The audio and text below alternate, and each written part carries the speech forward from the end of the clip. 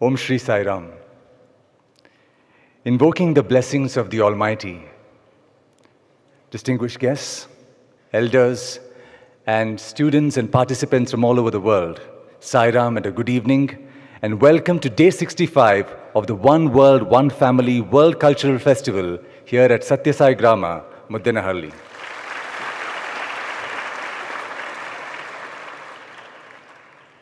We take this opportunity to warmly welcome our esteemed guests this evening. Dr. Nikolaus Samuel Gucker, Honorable Member of Parliament, Switzerland.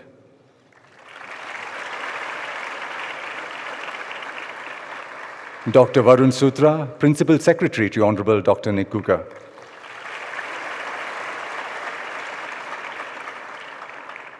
Justice Mr. L. Narayanaswamy, Judicial Member and Lokpal of India.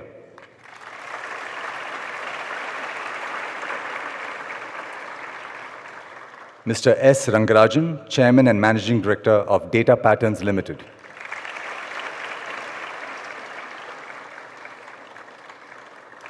Mrs. Rekha Murthy Rangarajan, Director of Data Patterns Limited and Honorary President of the Vivekananda Educational Trust. As we know, Sadhguru's initiatives in the fields of healthcare, education, and nutrition are touching and transforming lives, millions of lives across the world every single day. This mission is not only impacting lives of beneficiaries, but every single staff, faculty, and volunteer who enable this service to reach the unserved. Today, we will have one of our faculty from Sri Madhusudan Sai Institute of Medical Sciences and Research share with us his experience and the impact of this institution on his life. Dr. Joy Christ hails from Chikkaballapur and is currently serving as an assistant professor in the Department of Pediatrics. He oversees a 9-bed pediatric intensive care unit and manages post-operative pediatric cardiac cases at Sri Madhusudan Sai Institution of Medical Sciences and Research. Dr. Joy Christ, please.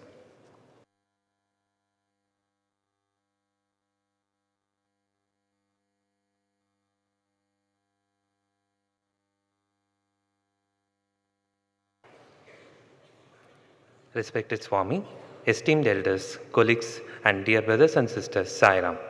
It is with heart full of gratitude that I stand before you today. I joined this esteemed institution 3 years ago as a consultant pediatrician. To be honest, I was little surprised when I first came to know that this hospital offers it's completely free of cost to patients.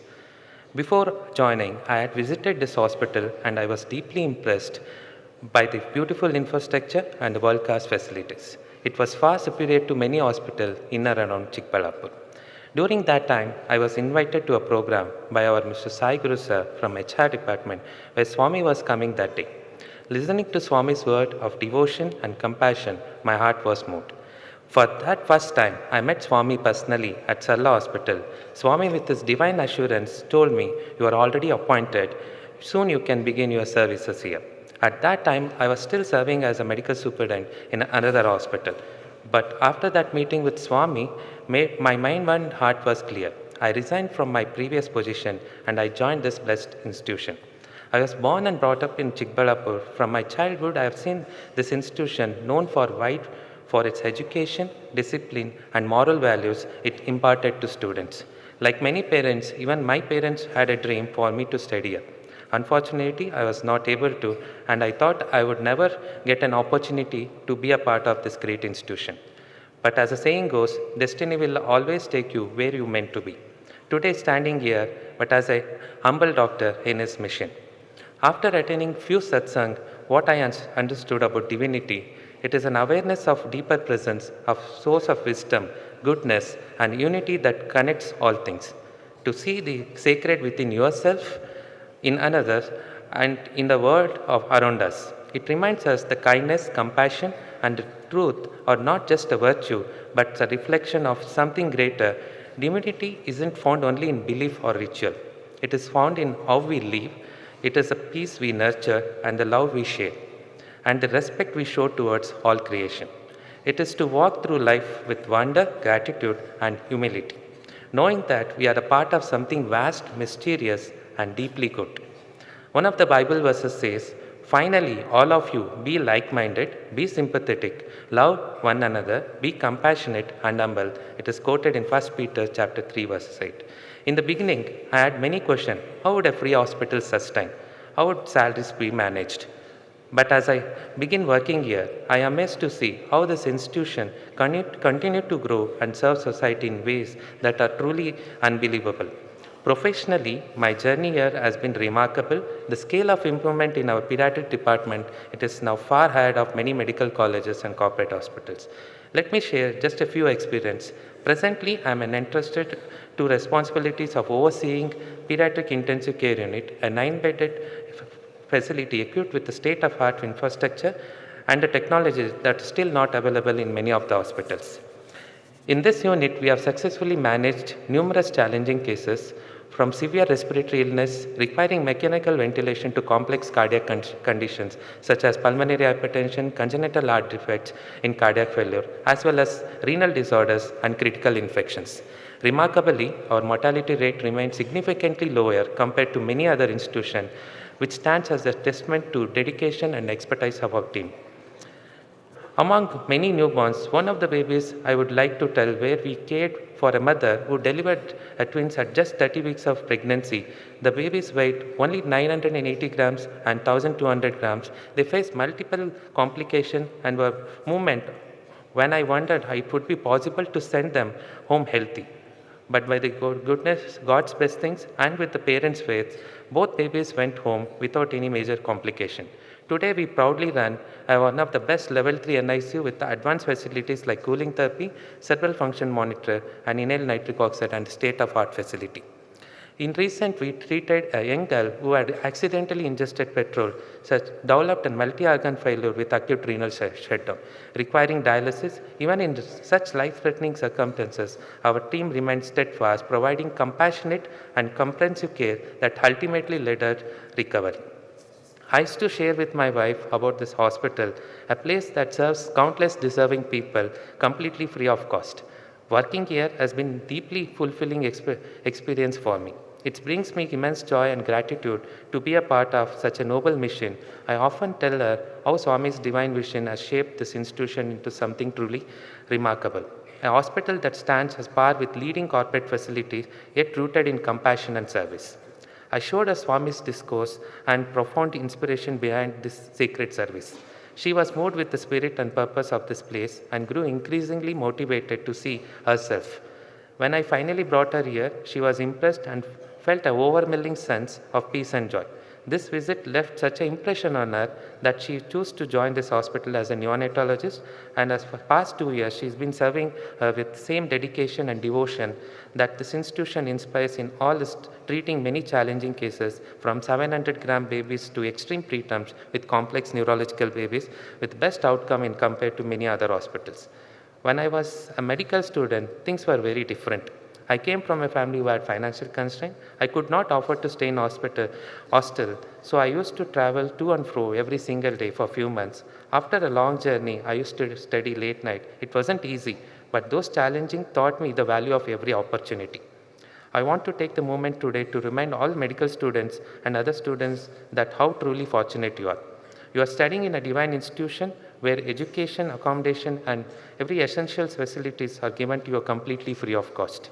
You are blessed with the excellent faculty, abundant patient exposure, and the environment that helps you grow, that not as just as a doctor, but as a compassionate human being. That's why when I see all that you have here, the comfort and guidance and the learning atmosphere, I feel immense gratitude towards Swami, who has made it possible for you. You are free from the burden that many other faces. Use this freedom wisely, learn with dedication, serve with humility, and let gratitude guide your journey. Approach your studies with sincerity, humility, and deep sense of responsibility. Value the opportunities before you. Strive with becoming not just as a knowledgeable doctor. Learn with the dedication, serve with humility, and healing in society. Our strength lies in our collective efforts, the commitment of our postgraduate students, the tireless service of our nurses, and collaboration of all my colleagues. I am deeply grateful to each one of them for their dedication, compassion, and willingness to learn.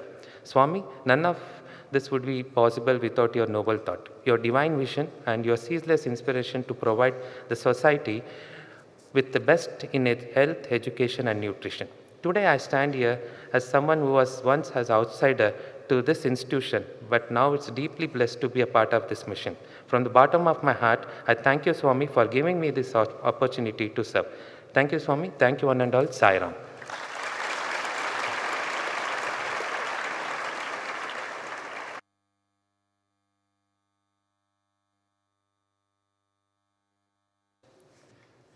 Thank you, Dr. Joy, for sharing your experiences with us about this sacred temple of healing where countless lives have found hope and a new lease of life. As part of this global festival, we celebrate individuals. We celebrate communities and organizations whose work continues to create a meaningful and lasting impact on society.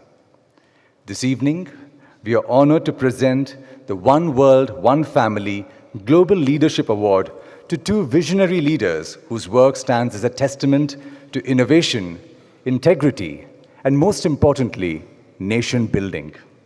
Today, we have Mr. S. Rangarajan and Mrs. Rekha Murthy Rangarajan, the dynamic duo leading Data Patterns India Limited, one of India's foremost defense and aerospace electronics enterprises. Under their visionary leadership, Data Patterns has emerged as a true pioneer in building India's indigenous defense technology ecosystem. They have established one of India's foremost indigenous defense technology enterprises with in-house capabilities in radars, electronic warfare, avionics, space systems, and satellite technologies. It has strengthened national self-reliance by delivering mission-critical systems for flagship programs such as BrahMos and ISRO satellites. Their efforts have significantly advanced India's journey towards technological self-reliance in defense and space systems. Together, they exemplify joint leadership in advancing innovation, empowering education, and strengthening India's defense capability. Beyond the corporate realm, Mrs. Rekha Rangarajan, as the Honorary President of the Vivekananda Educational Trust, has been empowering the next generation through value-based and holistic education, supporting over 7,000 children across Tamil Nadu. Mr. and Mrs. Rangarajan embody the spirit of global leadership with a national heart, driving innovation, nurturing education, and strengthening the nation's future through purposeful action and compassionate vision. We now confer the One World, One Family Global Leadership Award to Mr. S. Rangarajan and Mrs. Rekha Murthy Rangarajan.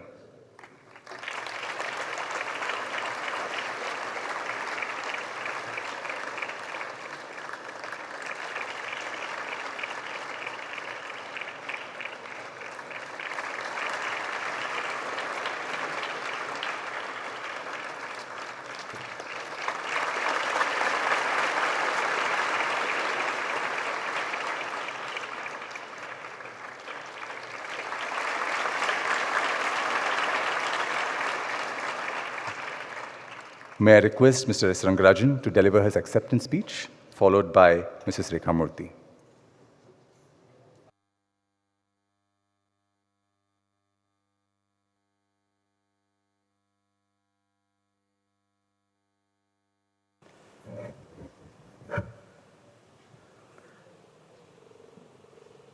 Swamiji, I'm honored and humbled. I never expected anything like this since I met you 1 year back. I took your blessings. You gave me a lot of clarity of thought of what I was doing.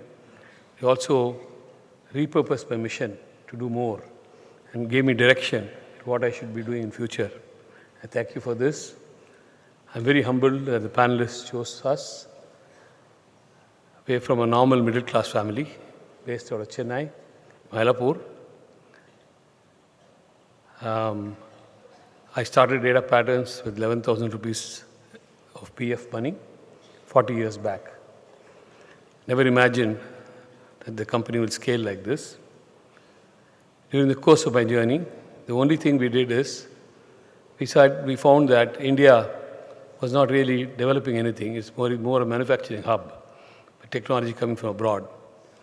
I said, though we probably nothing at that time, one decision we took at the start of the company, that we build in India, build capability in India. build products in India. Of course, that's a wrong way to start because we had no money. To build requires money and patience, and it takes a lot of time to convert money to give it back. Somehow this obsession to build in India was deep-rooted. We faced through odds which I didn't expect. When school and college, we were good students, so we thought life was going to be easy. But that's when we found what life was so tough, and we need divine help to see that we go through every opportunity, learn from the opportunity and failures, and build again, but never say die. So this is how it started. We built a small team. The team grew, went with space, then we went to defense. With the Indian defense labs, we learned few products. We took all the challenging products because that's when we get to understand opportunities to field the products and test and validate. We need to test and validate because products, it takes time to get the acceptance and the quality standards necessary, especially in defense. So we took all the major challenges and built it so that we have a comprehensive capability in electronics.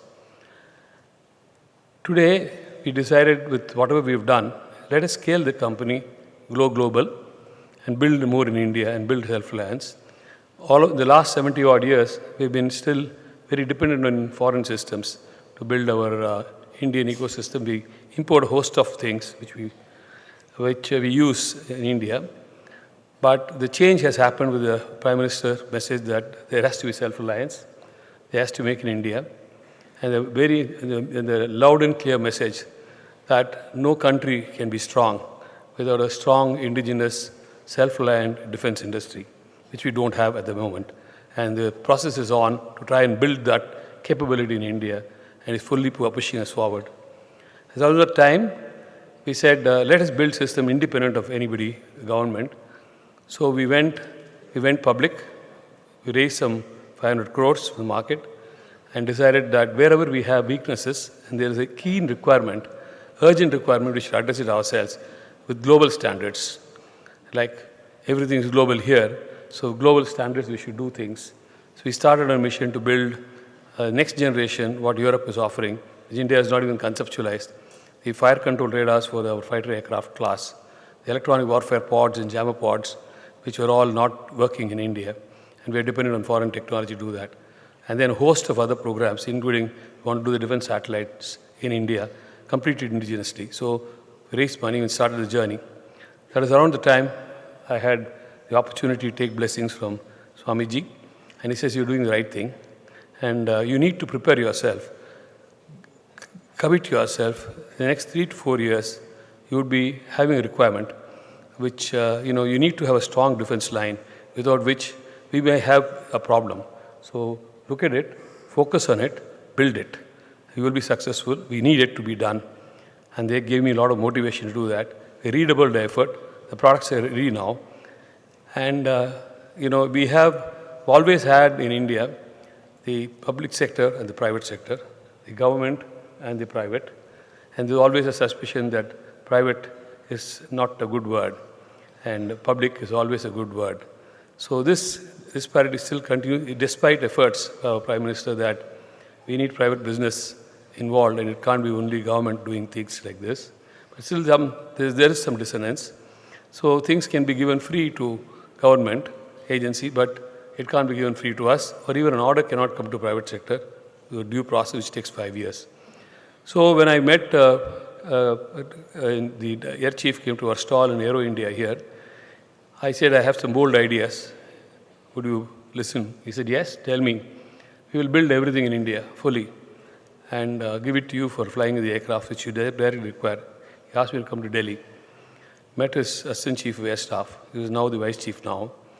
He says, look, Rangarajan, it's all very nice. We want to work with you, but we have no provision to work with. There is no process. This is the problem. So you have to believe us, build the system. He'll probably allow you to fly it. Unless it's proven, it may take 2-3 years. And then if it's successful, we can probably look at how to accept it.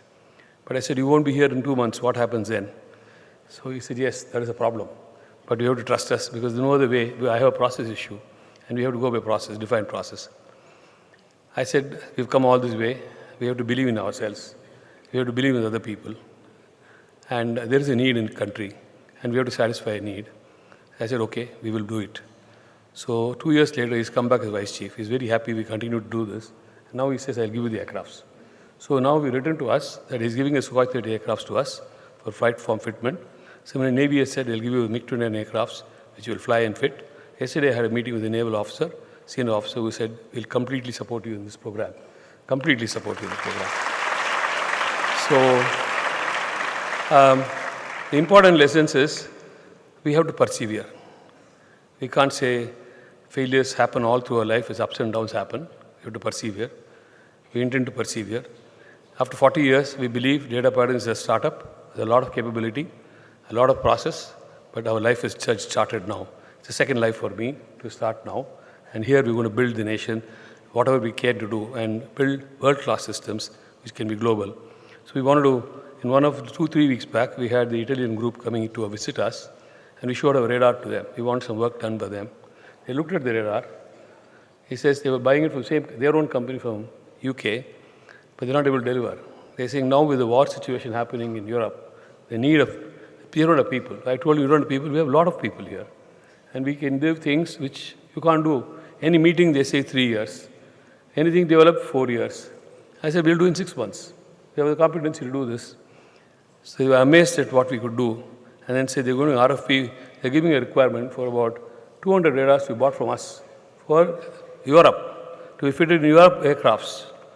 So opportunity is happening. Product talks, commitment talks. You need to innovate, you need to build, you need to be sincere, you need to be honest, it has to be quality, it has to be passion driven, and it takes time. Nothing happens overnight. We've all been asked to do something by a higher power, and we have to listen to the power, believe in it, and do it. I believe in you, Swamiji, that we can do things, and I'll take your direction further, see how to do this in India. And we are committed. Some of us God has been kind to us and given us hope and capability to do things. We should not, with that comes additional responsibility. How to manage your life, to see that you have societal impact, and the impact has to be there. Of course, I can't talk about what you people are doing here is so monumental and so great. So I never thought I can have the opportunity to even come here. I never even imagined in my life that this is possible. But having given the opportunity, it only gives me more strength and backing that you all believe in this. Then if their belief and your wishes and your blessings, we should do greater things in life. I'm very, very happy to be here. And I believe it is possible to do more. We have about 1,600 people working with us. We are ever growing. 1,100 engineers with us, all down south. They all joined the company as fresh engineers and then did this program. When we went, I always had this feeling that we are not alone in the world. People have come and joined me for a purpose, and we should distribute what we have. So when we went public, I almost gave 19% of the shares. So people have been with me more than 15 years, and each one of them are worth a few hundred crores now. Okay, this is because we said it has to be distributed. Society has to experience what we're going through, and they have dedicated their life with our company, and it's their company which I'm running. Today I realize that it's a role I'm playing. It is not mine. It's a role I'm playing, and they play the role diligently. Let us play this role. We are here today, not there tomorrow, but we have to play a role. The role has to be played honestly. Dharma is necessary, and we have to play this role to the best of our abilities and build what we can, what God has given us. We do what we have to do and take it bigger. We don't need money now. We needed money earlier when we had to borrow everywhere. 50 years, 40 years, we only rented accommodation, pledged everything in life. We had no family backing to do that. Now we don't need money, but money is coming. So my wife's mother was telling, I'm very happy that both of you got money when you don't need money.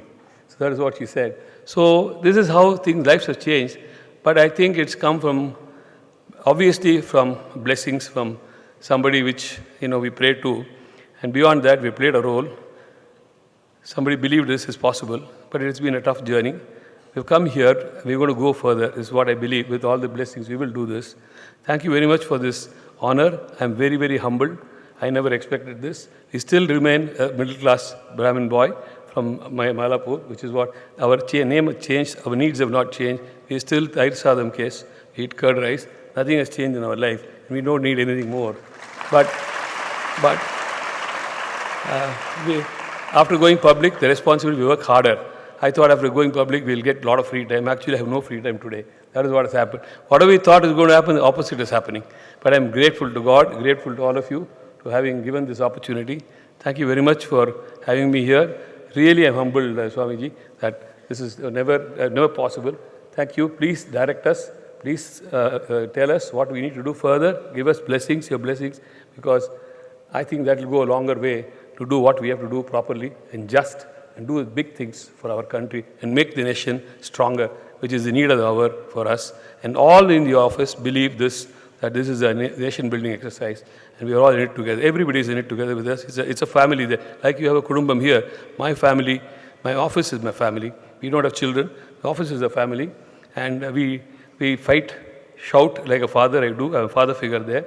But that is how the family has been growing. Thank you so much. Thank you very much, sir. Jai Hind.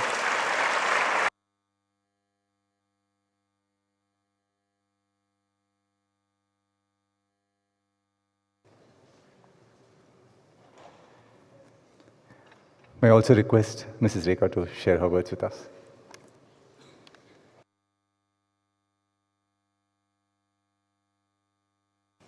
Swamiji, it's been a great honor, and thank you very, very much. I was asked to give an acceptance speech, but I'm speechless. Truly overwhelmed.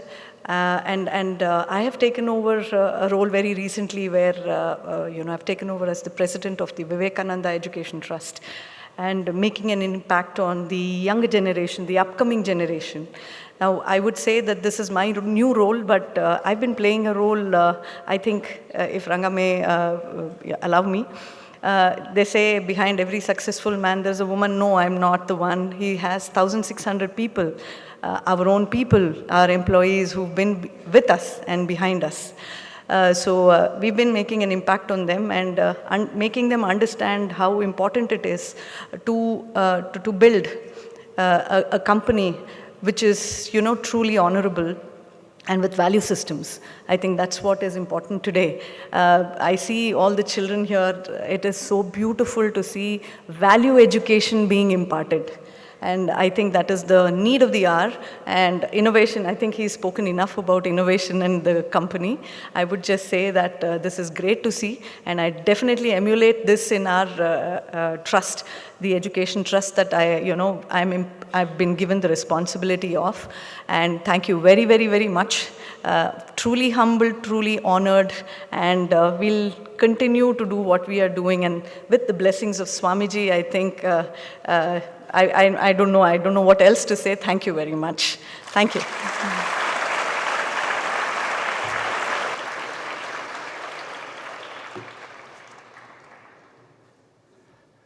Thank you, Mr. and Mrs. Rangarajan, for coming here and gracing this occasion. We're indeed grateful to have you here and for all the wonderful things that you're doing for our nation and setting such an example for the young students here and embodying this message of do your best and the Lord will do the rest. Thank you so much. Over the last several weeks, we have had the privilege of celebrating nations from across the world, each bringing with them their unique culture, heritage, and spirit of service. Through this global celebration, we have understood that despite our many differences, we're all bound by a shared humanity, one world, one family. Today, we are delighted to celebrate Swiss Confederation, a land where majestic mountains meet timeless values and precision blends with peace. Renowned as the heart of Europe, Switzerland has mastered the craftsmanship of watches, defining style and elegance, while Swiss chocolates are a must-have for everyone. From the snow-capped peaks of the Alps to the tranquil blue lakes that mirror the sky, Switzerland stands as a symbol of harmony, neutrality, and excellence. It is the birthplace of the Red Cross, a global emblem of compassion and relief, and home to the United Nations headquarters in Geneva, echoing its enduring commitment to peace and dialogue. And today, we are deeply honored to present the One World, One Family Humanitarian Award 2025 to Dr. Niklaus Samuel Guger from Switzerland, a distinguished leader whose life has made a remarkable change through his contributions in the field of education. As an honorable member of the Swiss National Council, he's a Swiss-Indian humanitarian, social worker, and visionary leader who has devoted his life to empowering the disadvantaged and transforming communities through education and ethical leadership. Born in India and raised in Switzerland, Dr. Nick's journey is a remarkable testament to compassion in action. In Switzerland, he stands as a respected voice in the parliament, advocating for sustainability, youth empowerment, and integrity in public life. Across India, his heart continues to beat for the underprivileged, where his initiatives in education and social upliftment have opened doors of opportunity for countless young lives. As president of the Swiss-Indian Parliamentary Group, Dr. Guger has played a pivotal role in strengthening bilateral relations between Switzerland and India. His tireless efforts and bridge-building diplomacy were instrumental in advancing the landmark EFTA, India Trade and Economic Partnership Agreement, TEPA, a historic free trade agreement lauded by leaders and policymakers on both sides. His vision and advocacy have deepened economic, cultural, and social ties between the two nations. In recognition of his social commitment to children and youth, Dr. Guger was conferred an honorary doctorate by the Kalinga Institute of Industrial Technology, Bhubaneswar, India. A bridge between East and West, Dr. Niklaus exemplifies what it means to live the life of Vasudhaiva Kutumbakam, the world is one family. And now, we invite Dr. Niklaus Guger to receive the award from Sadhguru and deliver his acceptance speech.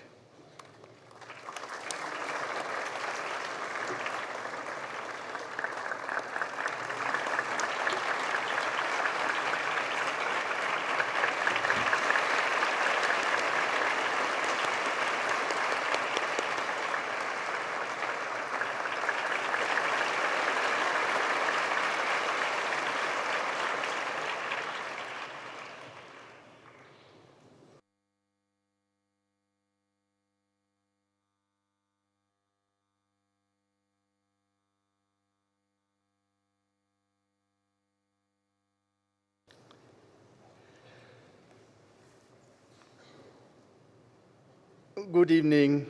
Also, I'm totally overwhelmed, as Madam said. She said she's speechless.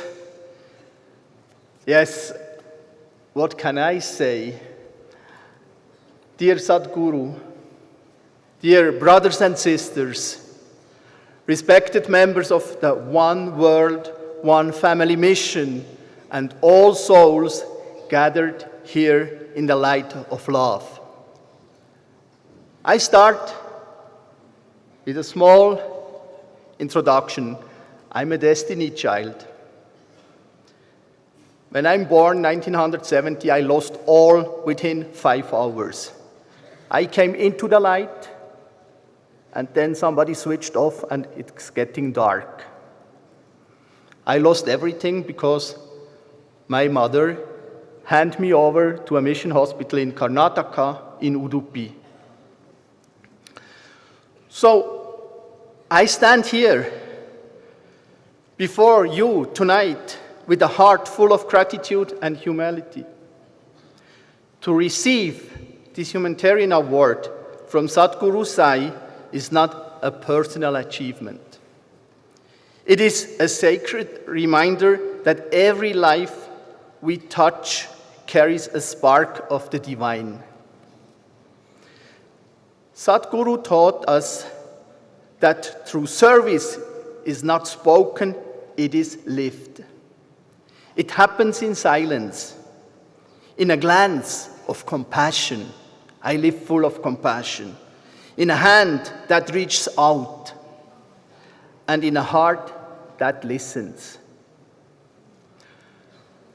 Now, I come to a point, because I'm very happy that I see here many young people. Nearly 40 years ago, as Sir and Madam started their own company, I heard a song that changed my life. Hope for the hopeless. Hope for them all.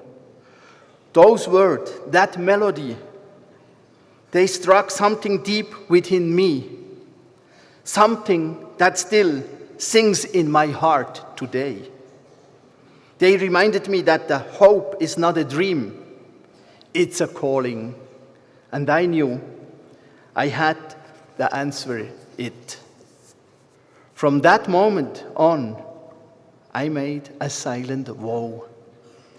If I could help even one person to believe in themselves again, then I would have served God. Over the years, I have seen people who lost everything. And yet, in their eyes, a light began to shine again. I learned that even the smallest act of love, a smile, a word of kindness, a gentle touch, can change a life. Many people say miracles don't happen anymore. But I say, by Almighty's grace, when a human being begins to believe in themselves again, heaven begins on earth. That is the hope for the hopeless. Because hope does not mean the world changes overnight. It means the heart opens to the light that was never lost. And to everyone who ever thought they were forgotten, as I thought, whoever felt too small or too late, I want to say this. You are not an accident of nature. No matter whether your life's song is sung in minor or in major. You are a thought of God, a brilliant one at that, because God creates nothing ordinary. He writes his thoughts into human hearts, and you are one of them. That truth is the heartbeat of my journey. It is the flame that keeps hope for hopeless alive. For when we remember who we truly are, children of the divine, we find the courage to begin again, even from ashes. But this path is not mine alone. It lives through all of you, the silent servants, the gentle givers, the unseen healers, who bring light where there is pain and love where there is loss. You are the true bearers of this award, because, as Sadhguru Sai said, to serve is to recognize the divine in another. This award is not a conclusion, it is a commitment, a promise to keep bringing light, to keep sowing hope, to keep believing in the goodness that lives within every heart. As long as there is one soul in despair, our work is not done. As long as there is darkness, we must keep shining. May the divine guide us with love, with patience, and with compassion that knows no end. Hope for the hopeless, hope for them all. For in every moment, when a human being begins to believe again, heaven touches the earth, right here within us. This is my first visit to Sathya Sai Grama, and I must say what Sadhguru Sai said, that true service is not spoken, it is lived.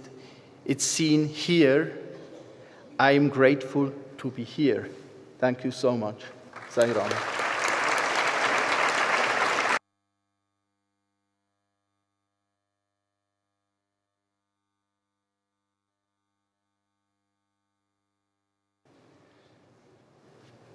As I know, speeches are boring. I thought I have to bring two symbols. As we heard, Switzerland is the land of Swiss chocolate. But I brought not Swiss chocolate for Sadhguru Sai. I brought you a handmade Swiss pen.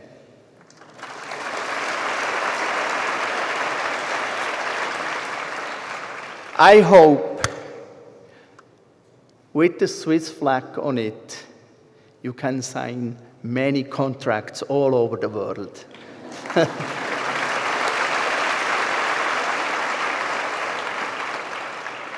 For Sir and Madam, I brought my Ganesha newsletter. It's a small booklet. It's a booklet, as you heard, I was the man behind the free trade agreement between Switzerland and India, or EFTA. And I wrote this booklet as a special report, as a strategic cultural playbook for Smiths, middle and small enterprises companies in India. Maybe your dream come true. Here you have a small playbook how to can enter Switzerland. Thank you.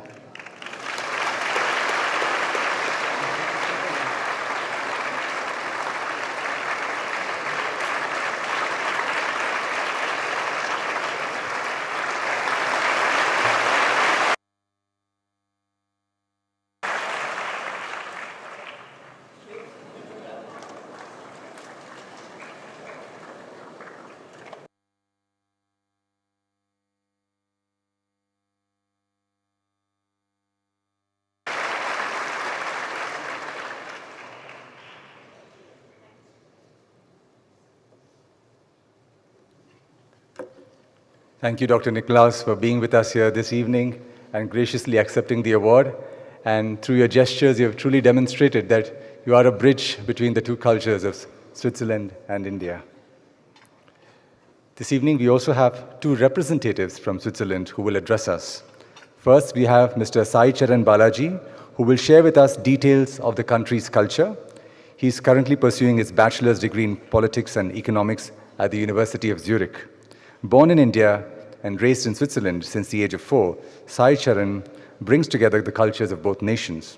Deeply inspired by Bhagwan Sri Sathya Sai Baba and Sadhguru, his family actively engages in seva activities in Zurich by regularly preparing and serving meals to the underprivileged. Brother Sai Charan, please.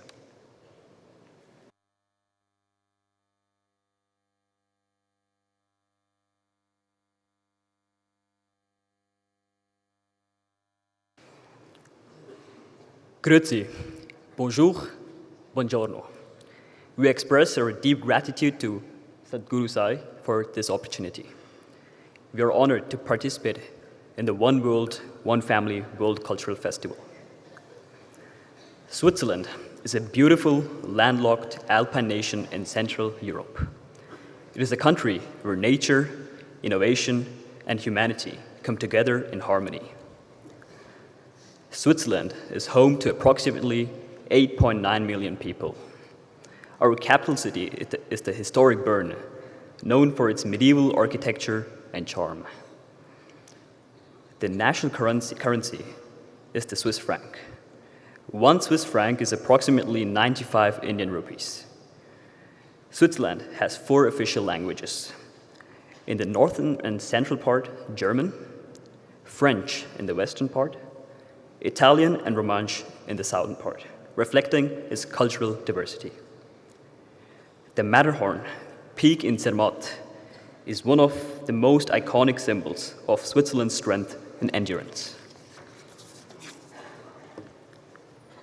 Lake Geneva, bordered by vineyards and the city of Geneva, offers stunning natural beauty and tranquility. Lucerne's Chapel Bridge is one of Europe's oldest wooden bridges and a symbol of Swiss heritage. Surrounded by mountains and reflected in Lake Lucerne, it blends history, peace, and beauty. Bern, the capital, is a UNESCO World Heritage Site, a city where history lives within medieval streets and stone arcades. Known as the top of Europe, Jungfrau Joch offers breathtaking views of snow-capped peaks and glaciers. Zurich, Switzerland's largest city, blends historic charm with modern innovation and is also Switzerland's financial capital. The Rhine-Pfalz, Europe's largest waterfall, is a powerful reminder of nature's beauty and strength. The Château de Chillon, resting on the shores of Lake Geneva, is one of Switzerland's most visited and photographed castles. The Aletsch Glacier is the largest glacier in the Alps and a UNESCO World Heritage Site. It stretches over 20 kilometers through the Bernese Alps, a living masterpiece of ice and time. The Bernina Express offers one of the most scenic train routes in the world, crossing the Alps through bridges, tunnels, and mountain passes. Switzerland's philosophy is rooted in neutrality, peace, and respect for human dignity. Influenced by Christian values and universal ethics, it upholds integrity, dialogue, and cooperation. Swiss cuisine celebrates balance, quality, and comfort, a perfect blend of alpine hardness and a refined simplicity. Rösti, a common national specialty, a crispy golden potato dish. Fondue, a shared pot of melted cheese, at times also with chocolate, enjoyed with bread, symbolizing friendship and togetherness. Birchmüsli, a mix of oats, fruits, and nuts, showcases Swiss innovation in healthy living. Women traditionally wear the Dirndl, featuring aprons and embroidery, while men wear lederhosen or breeches with decorative vests. These regional costumes, proudly worn at festivals, reflect Switzerland's rich heritage. Swiss arts and crafts include precision watchmaking, design wood carving, and fine art. Traditional music features the Alphorn and yodeling, while dance includes circle dances known as Ländler. The heritage of storytelling and community unity is celebrated through seasonal folk festivals and performances. The Sechseleuten, also in Swiss German Sechselüte, festival in Zurich marks the joyful arrival of spring, a time of music, color, and community spirit. A local parade through the city in traditional guild costumes, filling the streets with drums, laughter, and song. Switzerland has given the world extraordinary thinkers and achievers who reflect wisdom, precision, and excellence. Carl Gustav Jung was a young pioneer of analytical psychology. He explored the spiritual dimension of the human mind and helped the world better understand the power of self-awareness and healing. And of course, a Swiss icon, Roger Federer, a global tennis legend, embodies humility and mastery, holding 20 Grand Slam titles and uniting millions through sportsmanship and his humanitarian works. Switzerland continues to uphold excellence in health, education, and social care, but faces modern challenges common to developed nations.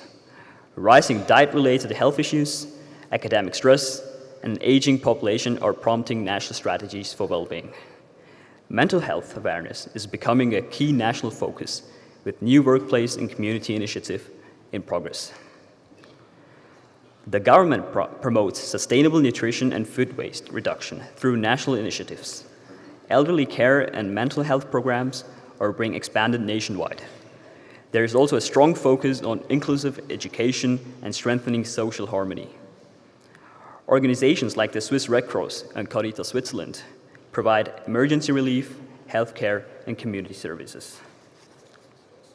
The Salvation Army and local NGOs offer shelters, counseling, and care for the elderly. Educational volunteers mentor children from underprivileged and refugee families.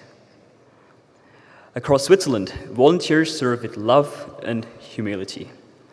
From preparing meals and supporting the elderly to nurturing children through value-based education. Each act of Seva reflects a message of love all, serve all, reminding us that true service unites hearts and transforms lives. Guided by unity, faith, and compassion, Switzerland reminds us that true progress flows from togetherness. Our message to the world is simple yet profound. One humanity, one heart, one world, one family. With that said, merci vielmals, thank you very much.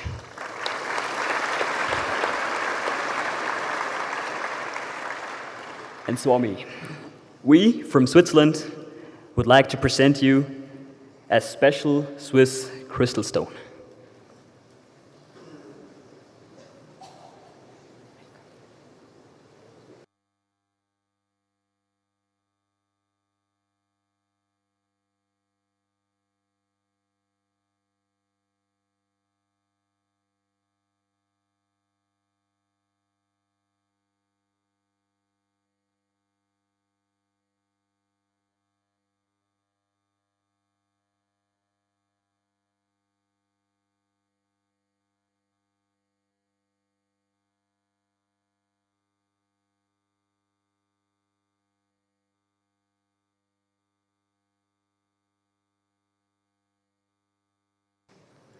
Next, we have Ms. Anna Schäfer, who will share with us her transformative journey. She has dedicated her life to various seva activities that reflect her deep spiritual commitment and compassion. After completing her medical studies, she began her professional career as a biochemistry laboratory scientist, with much of her work focused on serving the elderly and individuals with disabilities. Her journey has been guided by a spirit of service and a profound sense of purpose that bridges both her professional and personal life. In recent years, Ms. Schäfer has also distinguished herself as a writer. Since 2019, as the founder of Gold Pen, she has written a diverse range of literary works, including chronicles and reflective writings. Ms. Anna Schäfer, please.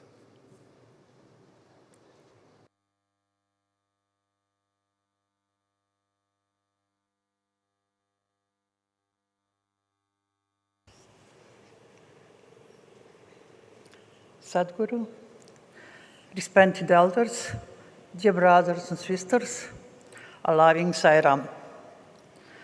Tonight, I humbly share my transformative story on how Baba has deeply touched me through selfless seva and how Sadhguru continues this beautiful work. I have known Baba since 1990. And last year, I met Sadhguru for the first time. It was a very special moment. It touched me heart deeply. As he walked in front of me, our eyes met. His eyes filled me with pure love, and this love is the essence of what, to me, our seva, in the heart of everything we do.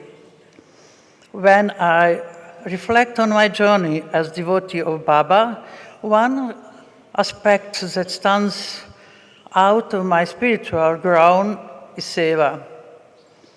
What began as service activity out devotion to Sadhguru has gradually become the very rhythm of my life, a secret part that keeps me connected to him every single day.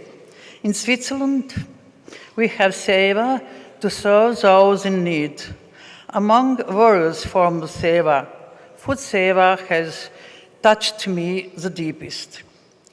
Serving food to the needy, offering prasadam after bhajans, or simple cooking with love for all, each act reminds me that feeding a hungry person is feeding God Himself. Many times I have felt this love and deep inner peace while serving or even cleaning up afterwards, as through Sadhguru himself was silently receiving that offering through those we served. The joy in their eyes became my darshan. In same way, have been the Sai Bhajan, where seva takes the form of organizing events in silent teamwork, in preparing halls, arranging chairs, managing prasadam, or coordinating volunteers. I learned that every small detail down with love came from worship. I begin to see the Swami's presence fills every moment where devotees come together in unity and selfless love. Together, through these events, I understand what he meant by love in action is service. Then came the fourth seva. Time spent cleaning nature, planting trees, or caring for a surrounding, this seva opens a different dimension of devotion for me. Amidst the stillness of trees and worship of wind, I could feel Swami's omnipresence more clearly. It was as if he was reminding me that serving nature is also serving the divine. For her lived in every leaf and breeze of life. The earth itself felt sacred, and every act of care became a player of gratitude. Through all this experience, seva has slowly softened my heart. More aware of the suffering of those in need and the beauty that goes around us. It has taught me to be patient, to listen, and to serve without expectation. I remember Swami's words, "Do not think you are serving others, you are serving yourself." For service is highest spiritual discipline. Today, seva has become my sadhana, my way of expressing love to Sadhguru. It keeps me humble, grounded, and continually aware that he alone is a doer. Every time I lift a vessel, light a lamp, or plant a planting, I silently pray, Sadhguru, let this action be thine, not mine. Seva has through me that spirituality is not only in altar. It lives in kitchen, the forest, the hall, at the streets where we share food or smiles. In serving others, I have touched Sadhguru's presence.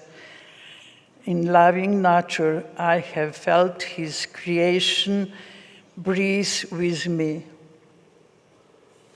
And in every act of giving, I have received his infinitive grace in return. I'm a writer, and I'm writing books about Sadhguru's secret teachings. One important seva that Sadhguru personally gave me is writing, and Swami also. He said that my task was word. I'm working on Sadhguru's book, and I will try to store them in the National Library of Switzerland in the capital of Bern. Through this seva, it will be my joy. Its book makes one's soul happy. In closing, I would like to share how Baba's love and Sadhguru's love follow through me every day like a gentle stream that never stops. Their presence is my light, my peace, and my strength in every act of service, every prayer, and every smile shared with another soul. I'll feel the divine touch reminding me that we are never alone. Sadhguru's compassion lives in our actions, and Baba's love breathing through our hearts. With deep gratitude, I bow them for allowing me to be a small instrument in the divine mission. May our seva continue to be filled with love, unity, and joy. For in serving all, we are serving God Himself. Thank you.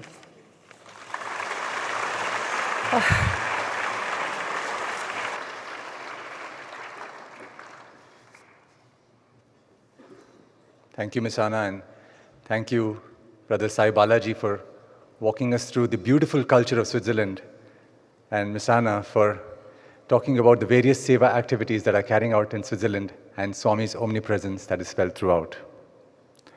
It is now my privilege to introduce our next distinguished speaker, Dr. Varun Sutra. With over a decade of experience spanning legislative diplomacy, academic diplomacy, and strategic communication, Dr. Sutra currently serves as the Director of International Relations at KIIT and KISS. He has also served as Principal Secretary to members of both the Indian and Swiss parliaments, building robust global networks and fostering meaningful international collaborations. Dr. Varun Sutra, please.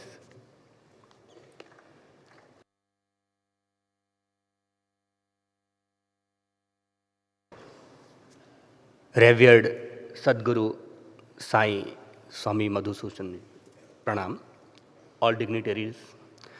As Madam started by saying speechless, then Honorable Dr. Nick said speechless.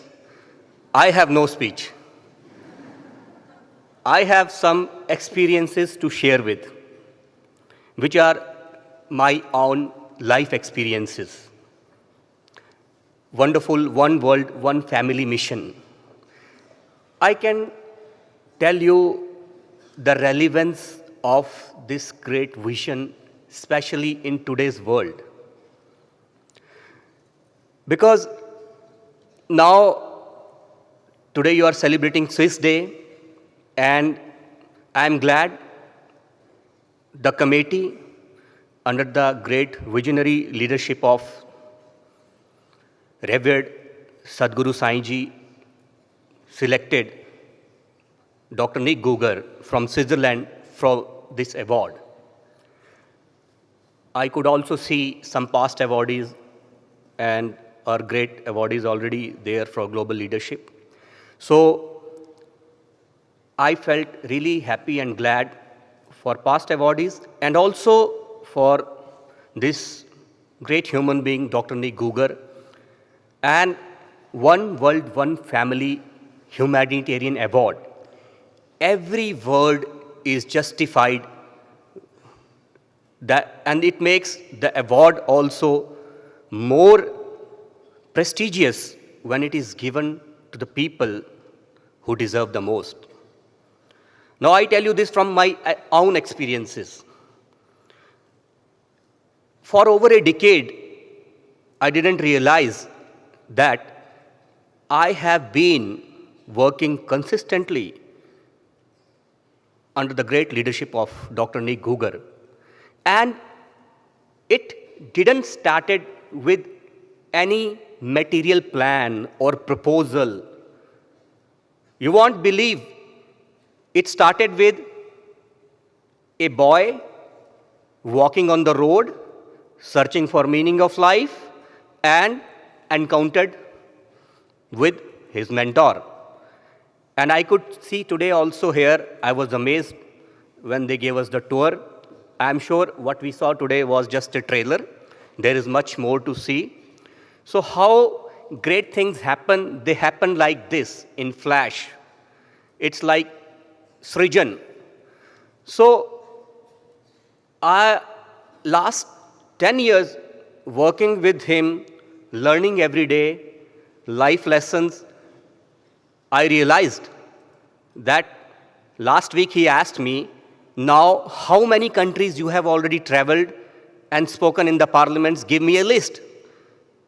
I thought it may be 40, 45, and I started making list. And I was amazed and surprised. The exact number was 76. I have never planned for this.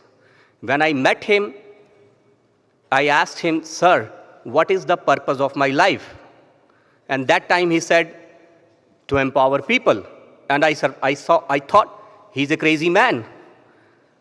A man who himself is not empowered, he's saying, you have to empower, you have to go. But then I asked him, how? Then he said, don't question. Just start flowing, working with me.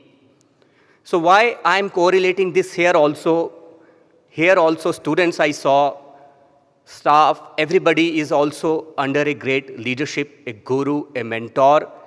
And in this relation, when you have faith and devotion, you receive love in response. But for that, you have to have devotion, as it is said, Shraddhavan labhate jnanam. So to receive, you have to be receptive. I was told by Dr. Victory that most of the students who study here, then they come back and contribute. That was amazing. As Dr. Nick says, nothing is coincidence. Due to my work, I come across extraordinary personalities. Just 2-3 weeks ago, I was with Professor Mona Singhe. He's a great personality. He won Nobel Peace Prize in 2007. And he has written 120 books. And he is doing extraordinary work on climate change. I asked him, Professor, what is your 40 years of experience? Tell me the solution. I have heard enough about the problems. Then he said, Varun, the best thing is to create good human capital. There are two types of things happening now in the world. One is bad human capital, one is good human capital. So I was amazed to see here in this institution today, good human capital is being created.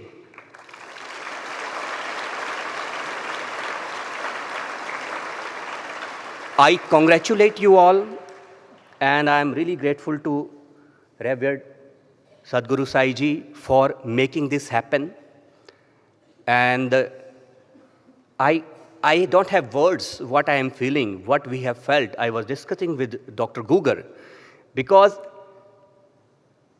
during the tour, he was also telling me on many occasions, look, Varun, this is what I have been trying to do.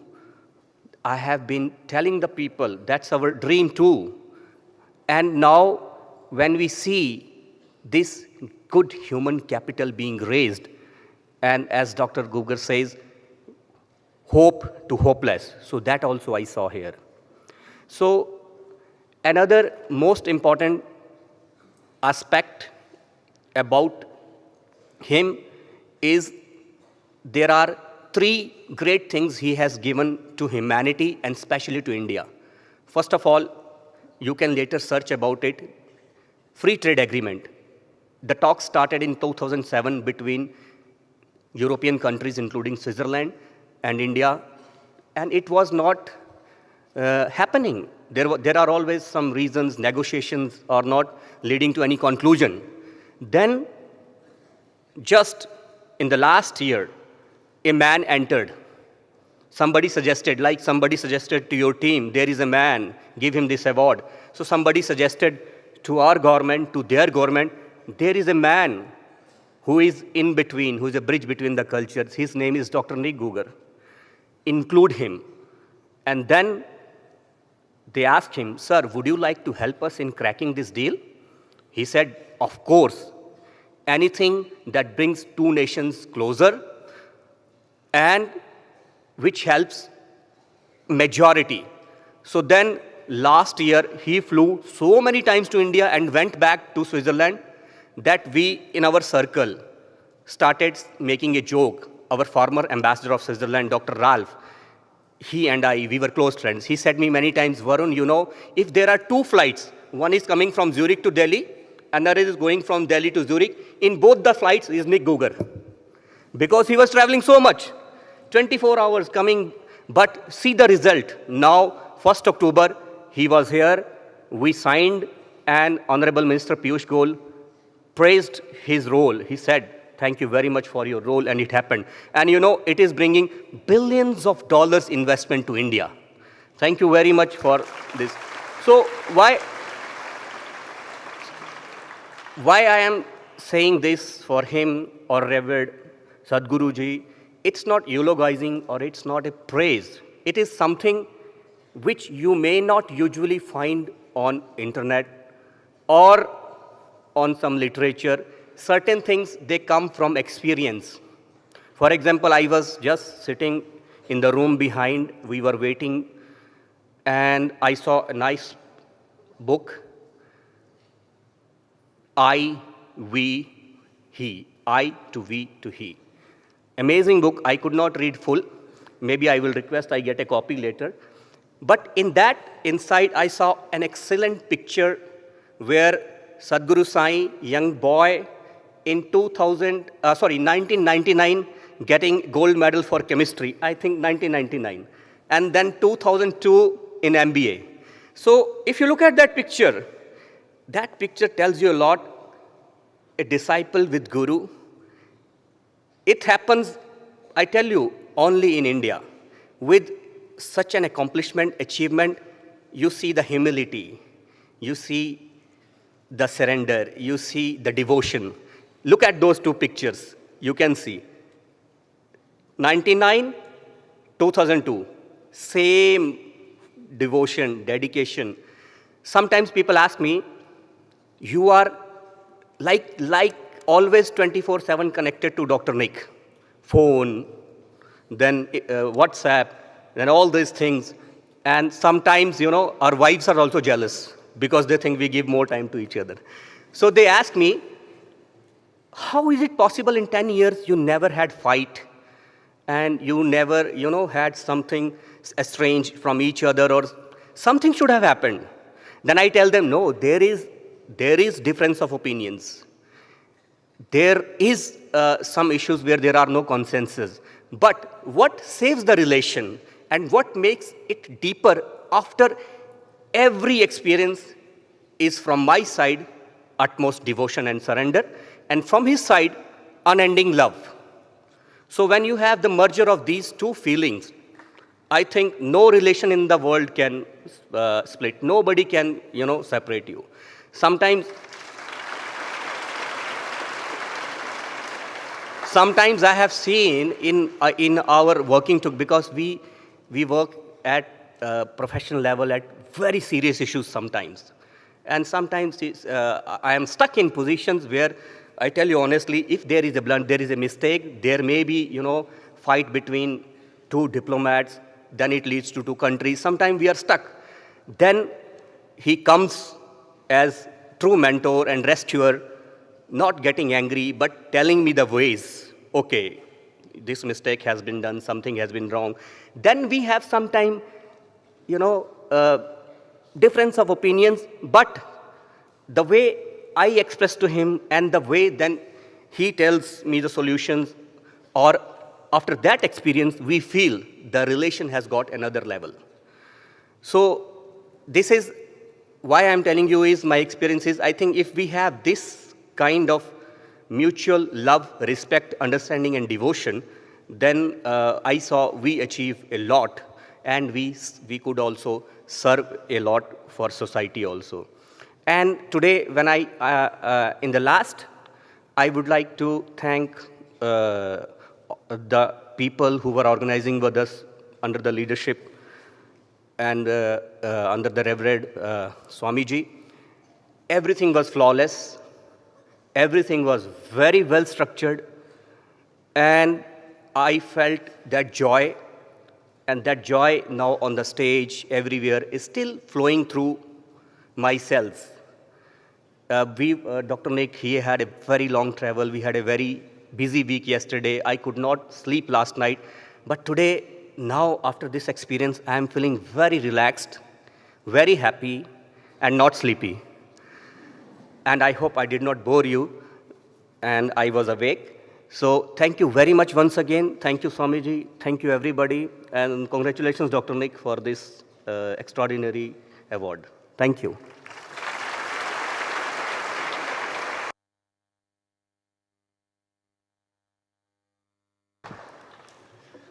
Thank you, Dr. Varun.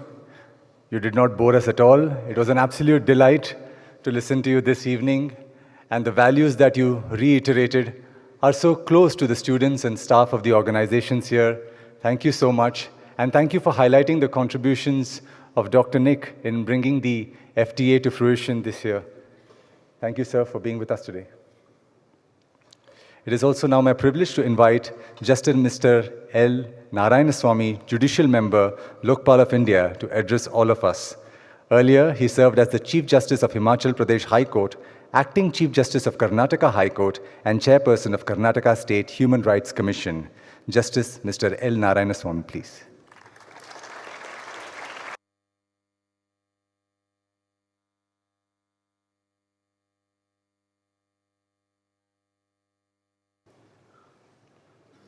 Pujya Guruji,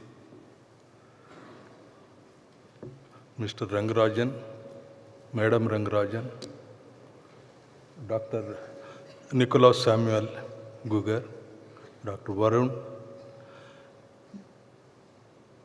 and all disciples and members of One World, One Family Global Village concept. We are here in celebrating the great concept that is Global Village, One World, One Family. Being members of One World and One Family Global Village, it is worth to mention that the very concept of this concept, which makes us, reminds us that we are no more a person or a citizen of a country, we are the citizens of the whole world as a whole.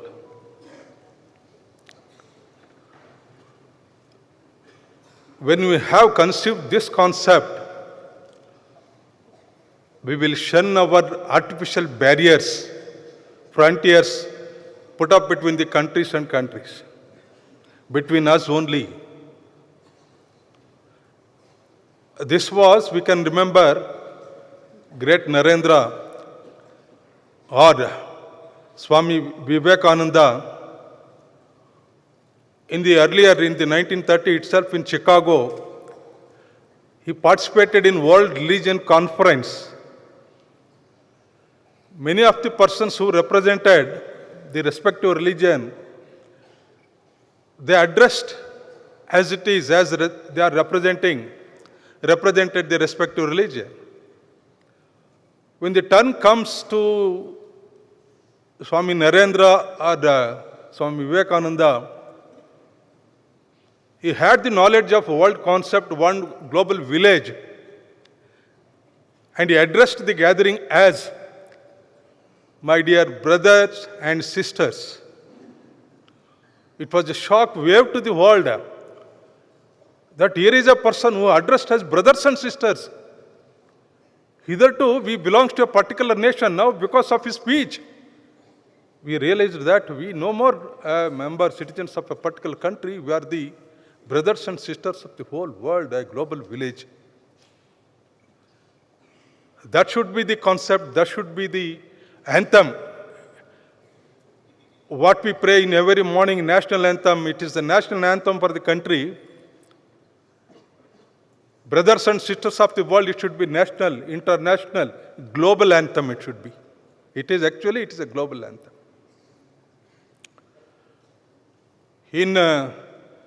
There are many religions in the world. As it is said, about 10,000, more or less 10,000 religions are there in the world. And initially, the theme of each religion is to treat others with love and kindness and brotherhood.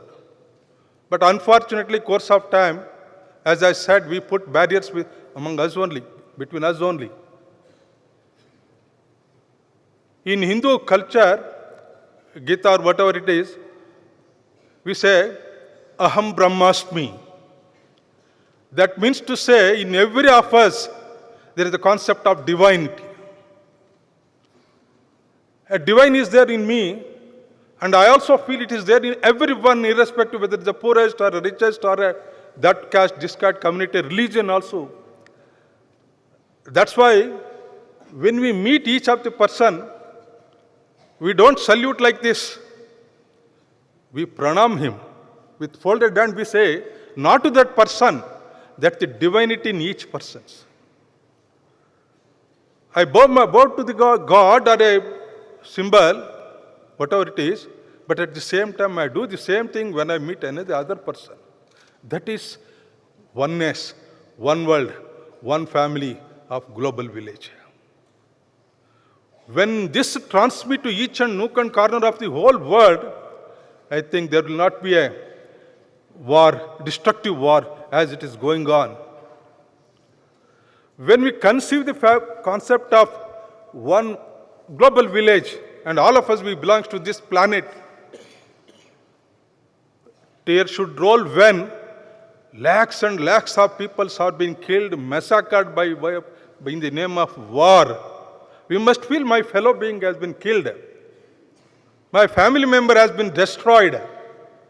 No matter whether it is that country, this country, whatever it is, but he is my brother, she is my sister. A small kid belongs to me.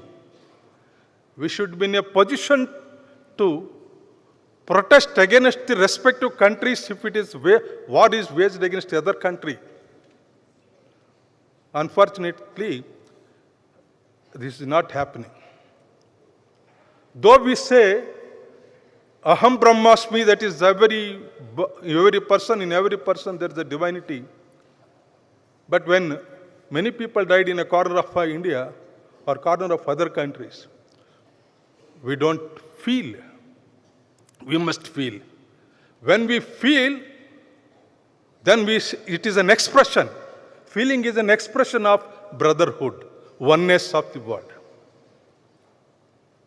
That is called Aham Brahmasmi. In Basavannana Vachana, ಬಹಳಷ್ಟು ಜನಕ್ಕೆ ಗೊತ್ತಿರಬಹುದು, Basavanna, great sage reformer in India of the 12th century. He said, a major sections of the people, they were not allowed to enter temple because of their caste. They were prevented, Shudras, not to enter. They were punished by saying, God has created you like this creature. You are not equivalent to higher.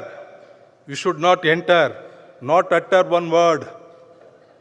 This was the social order those days. Basavana said, in every Atma, there is a temple. Yourself is a temple, embodiment of temple. There is a God in you. If that is so, why do you go to a temple? When you are the mobile temple, your God is there inside. That's why I said, as Aham Brahmasmi said, he also said, folded hand, namaste, namaste. Whoever it is. One small cobbler, he was crossing, he said to Basavana, Basavana, namaskara, namaskara, namaskara. This Basavana got angry. Oh, you said 3 times namaskara. I hope to repeat how to do it. Then he said more than 3 times. Then that cobbler felt, oh, what to do? Basavana, great person, he said more than what I said. Namaskara, namaskara. Then that small cobbler, Halaya, what he did, he removed the skin from his thigh and made a slipper and gave it to Basavana. Basavana, this is made of my skin, because you said uttered more than many times you uttered this namaskara. That is how I have to pay back. Then Basavana kept it on his forehead, on his head.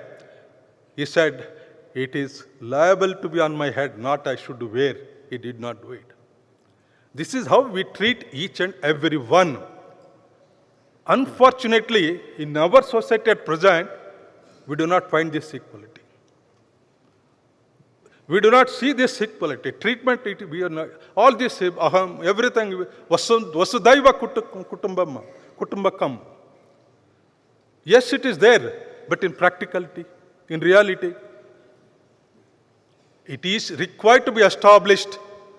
Definitely, Pujya Swamiji here, he is preaching all these youngers.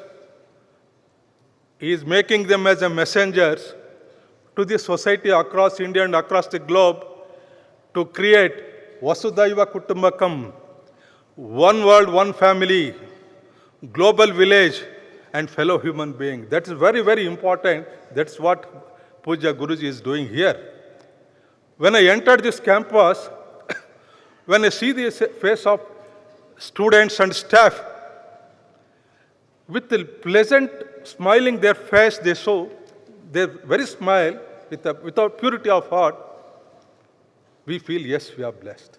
That is the language, that should be the language. There is no any darkness in this file. That is the kindness, that is the feeling. That's what it should reach everywhere. Definitely it will reach. And as it is referred, I was a Chief Justice from Himachal Pradesh and also here as an acting Chief Justice and chairpersons of human rights. Now I am in Lokpal of India at Delhi, New Delhi. Throughout my service as a lawyer, as a judge, here now also, I feel I am a paid servant to serve the mankind and poorest of the poor. Every time I feel it is not my pride, not my status, not everything. I am a paid servant like any other person to serve the humankind. That's what I have been doing.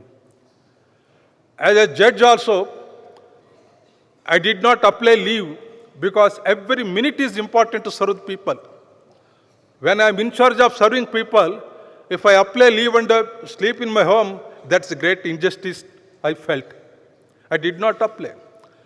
Every morning punctually, if it is court starts at 10:30, when I entered the court hall, they feel, yes, it must be 10:30.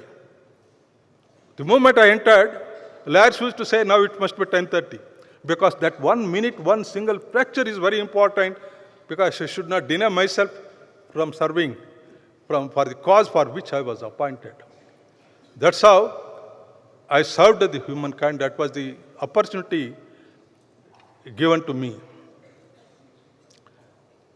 Here, I must refer a Rashtra Kavi Kuvempu. Rashtra Kavi Kuvempu is a Gnanapita awardee, very great thinker, a writer, a reformer. He was asked once, which religion belongs to you? He could have said, yes, I am a person of this A religion, B, so whatever he could have said. But he said, my religion is Vishwamata. Vishwamata, that is global, belongs to global religion.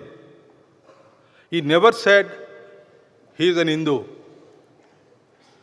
He said always, whoever believes in one world, one family, he should never believe in a small religion, individual religion. Religions are very important because we are born in, if not A religion, B religion, whatever it is religion. Beyond all these religion, a kindness, serving for the poor, and healing the need, hope for the hopeless. When we serve, then that should be the religion, not the religion. It is an accident. Accidentally born. Parents said you belong to this religion. Okay, accepted. Parents said you belong to this caste. Okay, accepted. I had no other way. It was an accident. When it is an accident, after I have realized the fact that it is an accident, I felt, no, I should not confine only to one religion, one community. I should go out from this cell. A caste and a religion, it is something like a cell. We go out of this one. What for? What is the reason? To serve the need, to serve the people, to look at the whole human being as your brother and sisters. Then I changed myself. Only for recognition purpose I could say, yes, I belong to a religion, but not for any other purpose. Then what's my religion? Religion, what Puja Guruji is telling, that is one world, one family. In our constitution also, it never recognizes any religion. It is said, any person can adopt any religion. He can follow A, he can follow B religion, he can follow C, whatever it is your faith, you do it. as long as it should not obstruct public order, you are entitled to adopt any religion. In open word itself, it said, we the people of India. It is never said you are rich people, be poor people, ye caste, nothing said, we the people of India. And further said, state shall not, it is a secular state.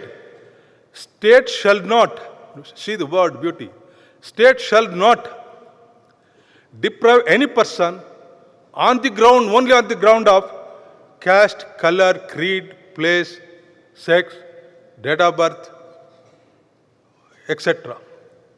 That means all are equal before law. We have fundamental right for equal protection from the law and the Constitution. This is what the meaning of universal brotherhood and sisterhood and the one world, one family of the global village. As long as we feel, as long as we belongs to the global village, we never feel a small arena created by ourselves in which we are going to die. It is said, it is a vertical building. If a person born in a particular room chamber, we should never die there itself. We should go to the other chambers. We should learn it. We should feel it. Then only you will feel the true nature of world, natural justice or nature, that is the divinity. This is what I understood about the one world, one family of the global village in celebrate. And incidentally, it is said, Sathya Sai Baba's 100 years. I said, okay, 100 years he born, calculated today, he may be 100 years old, but only born, but he did not die. In every one of us, his message, his spirit, it is guiding factor with us. We are taking further the light of Sai Baba. We are taking further. We should never allow, we must never allow the spirit, the light made by Sai Baba to close or die. It will not happen because Puja Guruji is there to take further. With him, you are all the disciples, we are with him. Please, as Mr. Rangarajan and also Madam said, you guide us, we are with you. You make us proud and take us and get enrolled us as a global village citizens. Sir, we are with you. Thank you very much for giving this great opportunity. Thank you.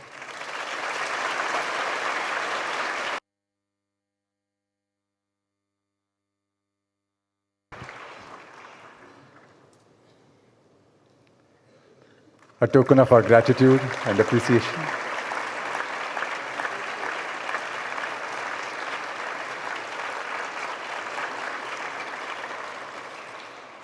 We would also like to felicitate Dr. Varun Sutra.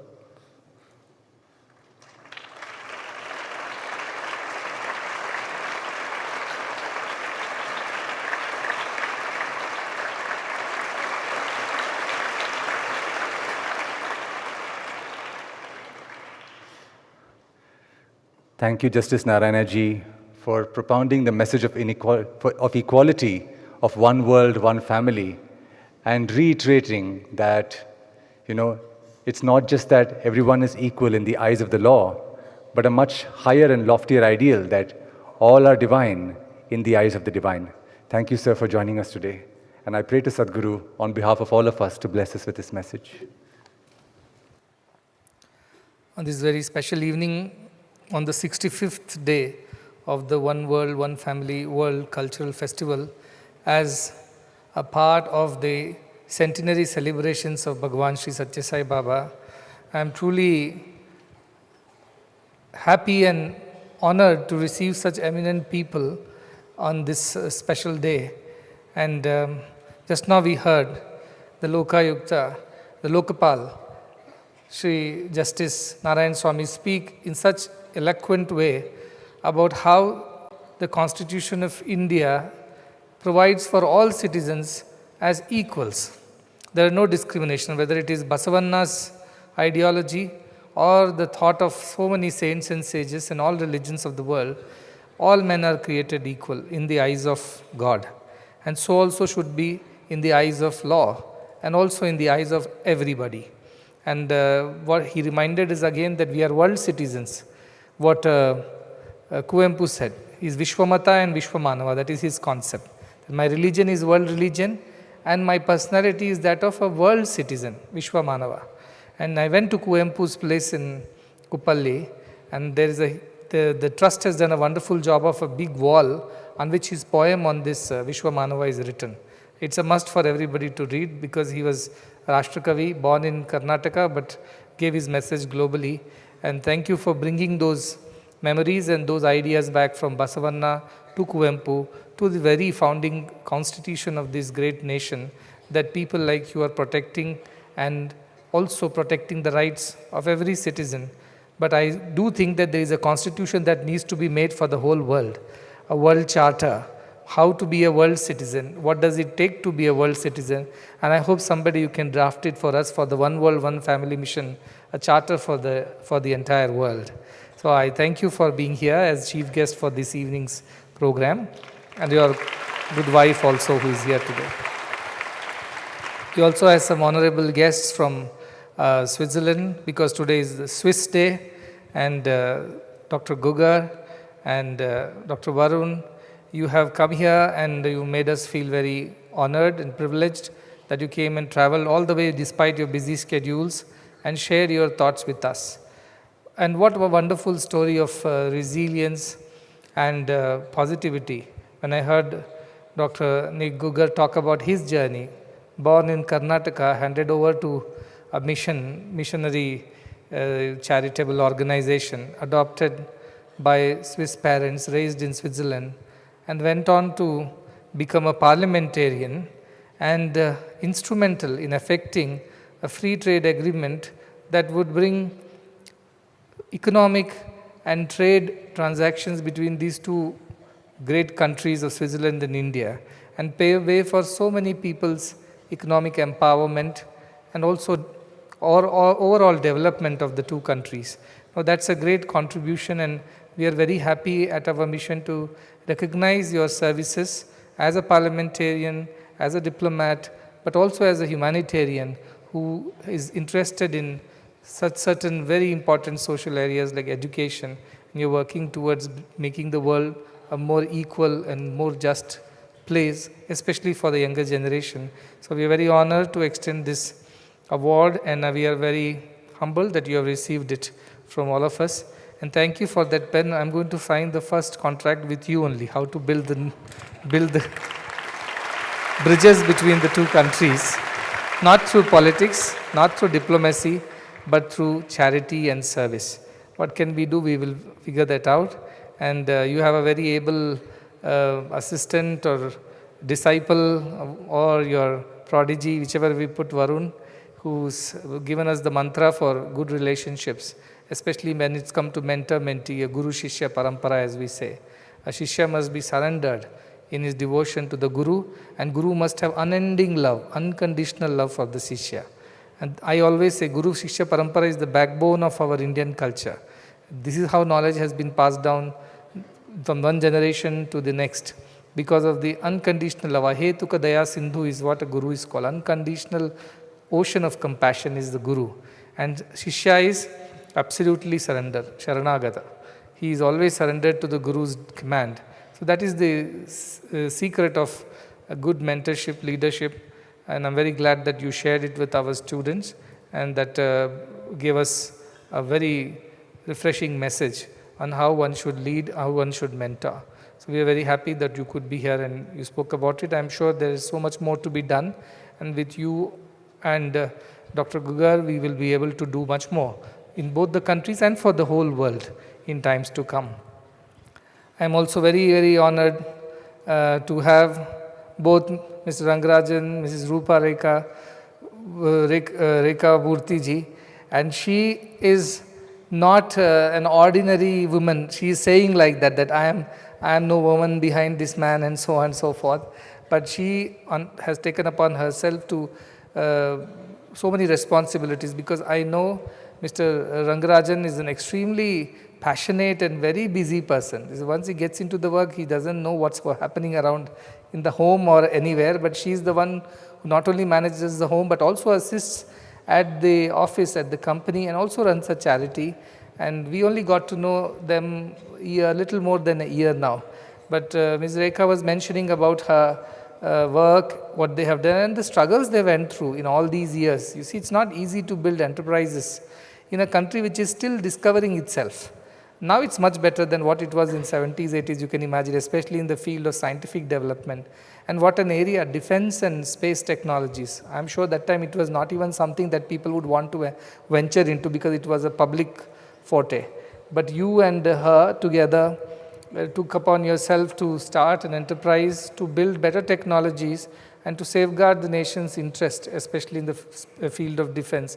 And today, everybody is after space. Now people want to explore space because that's the next big thing. And we cannot be left behind, even as a nation. So these are the people who really do some wonderful work without seeking any recognition, any reward, any acknowledgement. They are just doing it because this is what they have got to do. This is what their heart tells them to do. Starting with just 11,000 rupees that he mentioned, and nobody. And then now a huge company with hundreds of employees whom he treats as a family, and then building a big enterprise today, having gone through all the struggles. This is a great lesson for the new generation of entrepreneurs who are running behind valuations. They all want to become unicorns overnight. When they are ready to cut corners and get into all kinds of things which are not even healthy for the society, the kind of services and products they bring out, that is not leading to any development. In fact, this is regressive in many cases.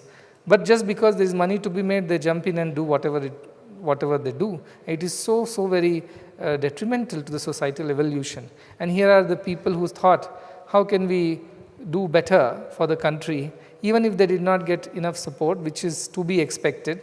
And but they kept on marching, flowing on. And last time when we were discussing, I'm very happy that we were discussing about the radar technology. The radar technology is important because it gives you, an edge over all other things, and they are very advanced in that. And now imagine a day, there were days when we had to go and buy things from another country because we did not have the technology. Today other countries are coming and buying from us because we have the technology, we have the know-how, we have the capacity to deliver it in record time. That is something that I truly appreciate. I think this agility, this adaptability, this innovation is what you are bringing to the nation. So this award is not really a measure of your contributions that you have made, your sacrifices that you have made, but it is just a humble token of gratitude on behalf of the country and the world for making it safer, making it better, and leading innovation and leading not just capital but social entrepreneurship from your side. And I wish you the very best. I'm sure in times to come you will grow to become one of the largest private enterprise in the field of defense and space technologies, and you will make the country and the world proud.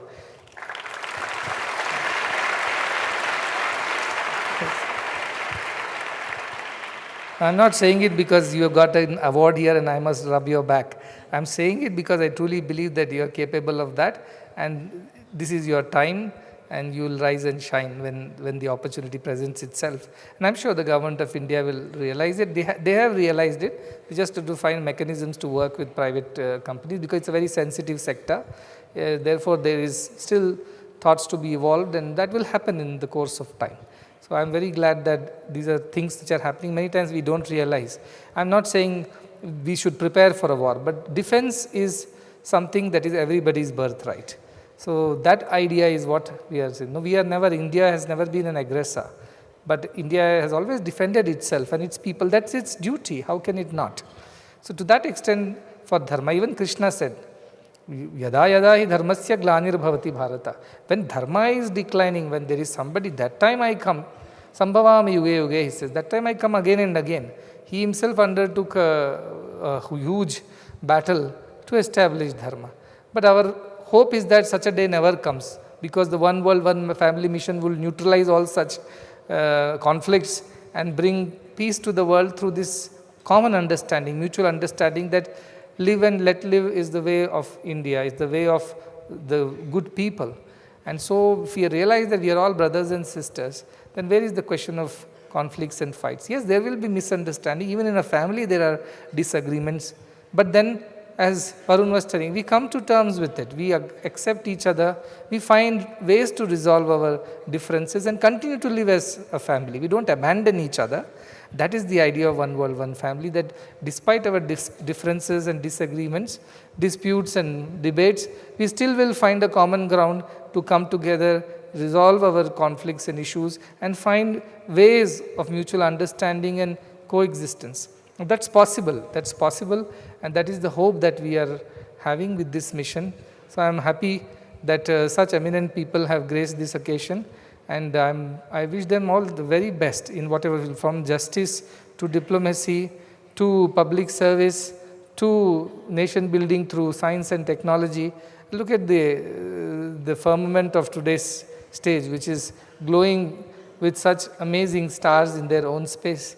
So this is how a nation is built, with people, men of character, of sacrifice, of fortitude, of commitment. And that is the kind of human capital, as he mentioned. That is what I want to raise here. That is what is happening in these children who study diverse subjects here, from arts and sports to yoga to Vedas to medicine, sciences to technology, humanities, name it, all these courses, agriculture and skills. Everything is under one roof they are getting, and absolutely free of charge, because that is how India's original education system was. It had to be free and it had to be available to all, irrespective of which family you were born accidentally. That never decided, that never determined how or where you will be in the future. That equal opportunity is what we are trying to create, which is the idea of world citizenry, which is the idea of more equal, more just, more fair world for one and all.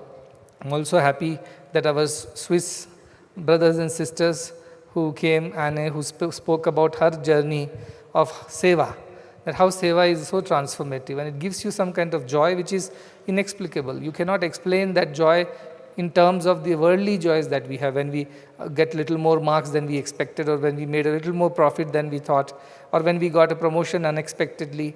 Those joys are true. They are also joys, but this joy which comes from selfless service is the most beautiful joy. And I remember when she was telling, she not only enjoys serving, but cleaning up after that. A lot of people want to be on the front stage and they want to do what gets public attention, but backstage very few people want to work. Cleaning up after people have eaten and gone is a great seva. And as a student, that is the seva I enjoyed the most. When there were holidays, we were allowed to come to Whitefield when Baba would be living here during summers. And if you do not go home in summer vacations or you come back early, they'll give you a place to stay in a place called Gokulam. There were a few quarters there, just outside the campus in Whitefield. And there was a canteen for public. Devotees used to come for darshan, they would eat at the canteen. And my most joyful days of seva were during those summer holidays, when we could go to the canteen and serve, not in the front counter serving and then washing your hands and going away, but backside, in the kitchen, in the cleaning yard, the washing yard, where you had to wash all the plates that were left behind after people had eaten and quickly wash and replace them. And I still feel the warmth of that water with which we used to wash, the soap in my hand, the glistening plates, the screeching sounds of wiping them. And then after all is done, we are not yet done, because we have to clean up the kitchen, clean up everything to keep it ready for the next morning's cooking. So that would go on till midnight or beyond. But I enjoyed that back-breaking seva, cleaning every corner of the kitchen, spick and span, fresh for the next batch of cooks to come next morning and cook again. And this is go on. And for several days on end, we used to do this. And that was the seva I enjoyed the most, cleaning up after everybody is gone. And there are few of us who used to volunteer, because most of the people would go back soon after the sessions were over, dinner sessions. But this was the most joyful part. I think you should try that. It's not always in the front, but the backside what happens, that is even more glorious, because nobody knows you are doing it and nobody needs to know. It doesn't allow your ego to grow, because there is no one to appreciate what you are doing except God. God is watching, that is about it. That was the joy. And I remember at that point of time, I didn't know. Bhagavan was not talking to me much at that time. So I used to wonder whether he even knows that I'm doing this. But I kept quiet and kept doing. And one day one of my classmates came and told that he had a dream, not me, but he had a dream in which Bhagwan came and to the canteen and appreciated that it was so clean. And then he asked who all are working behind, and he told that he was there in the dream, and he told that I was one of them, and he blessed me. That is what was his dream, not even my dream. But that one story motivated me so much, and I doubled my effort of cleaning the kitchen. The motivation that comes from such blessings, that is what when she was saying, that what I do is I do it for Sadhguru, I do it for Swami, and I know that everything reaches him. That is the only worship I know. I can't do anything else. I serve somebody, offer it to the divine, and that's my way of worshipping the divine. Perfect. You don't need better worship. You don't need flowers and coconuts and incense and camphors. You don't need idols and temples and rituals and customs. Serve selflessly, quietly in a corner, and that service reaches the divine. And that is what I want to mention to all of you as children. Learn from these great transformative experiences. And one word on Switzerland, of course, because I've been to Switzerland many times. They've been very warm and kind. Most of the time I landed in Bern, which is a beautiful city, a heritage city. And generally we stayed near Interlaken, where the hotels are. And then we have gone to these peaks, Jungfrau or something it's called like that, and on the cable car and things like that. It's a beautiful country, as they call it, is heaven on earth, they say it. But it is that way. It is very beautiful. And it takes care of its people very well. The Swiss people are well looked after. It's a little expensive to live for anybody else from outside. But locally, most of their requirements and people's social needs are looked after by the Swiss government. And that's a great model because they have the capacity to look after their people, education or health or social benefits for the elderly. It's all being taken care by the government, and people work hard accordingly. People also contribute. And it is one of the largest banking financial systems in the world, which serves the entire world through their banking and financial system. So that is also something about Switzerland, apart from, of course, the Swiss chocolates and Swiss watches. I've eaten enough Swiss chocolates in my life because people keep bringing and giving different types of chocolates, Lindt and so on. So we keep eating there, and a lot of our youth, I think we are the only school in the world where every of our child has eaten a Swiss chocolate. Nobody gets to do that because these devotees bring chocolates. I'm sure you wouldn't have eaten Swiss chocolates, the Tair Sadam Mailapur Brahmin boy. You wouldn't have got a Swiss chocolate till you perhaps grew to become what you became. But I'm sure in this room, every single child has eaten a foreign chocolate because of the devotees who bring with them out of love. But Swiss chocolate is another standard. Swiss watches are amazing watches. And the first thing I bought in Switzerland, they told something called Swiss knife. So I told, what is special about Swiss knife? It is a military kind of a knife, which is a multi-purpose knife. And so the first time I had gone to Switzerland, I bought a Swiss knife, which is a multi-purpose knife. So they have very many things. And I believe in Switzerland, even during those times of wars, the Second World War and all, they made barracks in the mountains, which were so hidden. That was another level of defense. You should, I think, look into that, because they were so clever. Because in those mountains, it's very difficult to move around. But that's where they made these kind of barracks, and they had tunnels connecting these barracks from one mountain to the other. There's a documentary on the YouTube, you can go and watch that. So very clever people, very intelligent, at the same time socially very active, taking care of their people. So I'm looking forward to working with Switzerland for doing whatever we can do in the future. And one thing that I love from Switzerland, other than all these things, are the dogs, which come from there. You have these, what I love, and I have one, it's called Saint Bernard. And that dog is what I love, and that is again coming from Switzerland originally. Later it got, bred or crossed with, I think, the Newfoundland or something, and that's why the present version of these dogs. But I believe these dogs were so clever that they could go dig 6 feet deep in the snow and pull out people who were caught in snowstorms and things like that. And they would always carry a small barrel around their neck, which would have some alcoholic beverage or some kind of a thing that will keep the person warm. When they reach there, the person can open that drink and get a little warmed up because it was so cold over there. So these are very clever dogs, named after a monastery there of Saint Bernard. So these dogs are called Saint Bernards, and I have one here. We lost the last one, but the next one is here. His name is Joy. And that reminds that Dr. Joy spoke a while ago about our pediatric work, and this is doing amazing because of this NICU, MICUs, and the gynecology obstetrics department. We haven't lost a single child or a mother in Bagepalli Taluk in the last 1 year. It's because of our services over here. It's a record. For Chikbalapura, where so much of maternal mortality used to happen due to malnutrition and lack of tertiary care services, because of this hospital, we have created 0 infant and maternal mortality in the last year. And that's a record that never happened in the history of Bagepalli. So that is something that hospital is doing, and Joy and the likes are working so hard. And he comes from a different faith, but as I said, there is nothing like faith. Humanity is the faith here, love is the religion, and service is our way to worship the divine in all. And that is what they are doing. We are doing wonderfully well as a hospital, thanks to such doctors who are very dedicated. And I define joy as Jesus first, others next, yourself last. That is how you can bring joy to people. You place God first, others next, and you should be last on the list of priorities. That is how we bring joy and hope to the world.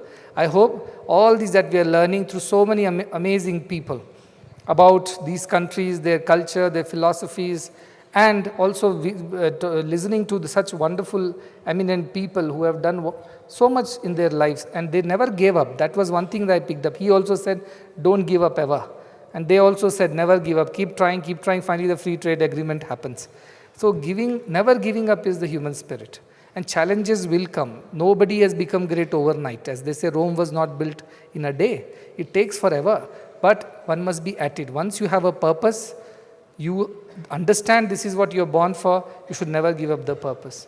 And that purpose, above all, is to serve the divine by serving all mankind. That could be through our scientific abilities, through charity, through diplomacy, through politics, through governance or justice, any of this field, but ultimately you are here to serve the divine. That is the ultimate purpose for all. Wishing everybody a happy Swiss Day, and we'll come back for a musical presentation this evening. Once again, I thank everybody on the stage and off the stage who have been instrumental in organizing these events. It's 65 continuous days, and yet everybody is fresh like a flower. I'm sure it's because you are so passionate about what you are doing. Do I look tired? No, I don't look tired at all. I'm always fresh because I live one day at a time. That's my mantra. Don't look too forward into the future, you'll get worried. Don't dig into the past, that's no use. Live in the present, live one day at a time, give your very best. That is the mantra of continuing. We have 35 more days to go to 23rd of November, which is Bhagwan's birthday. I'm sure everything will happen smoothly. I'll come back after a break for the evening program.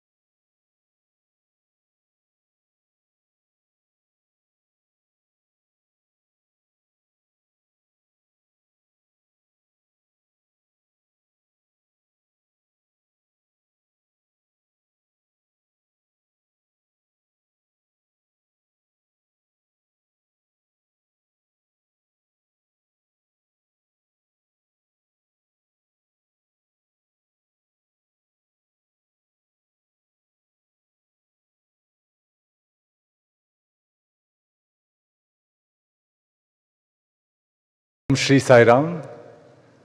Welcome back to this evening's cultural program. This evening we celebrate Swiss folk music presented by 6 musicians in one passion. These outstanding artists from different regions of Switzerland have come together to celebrate their nation's musical soul. With instruments as unique as their landscapes,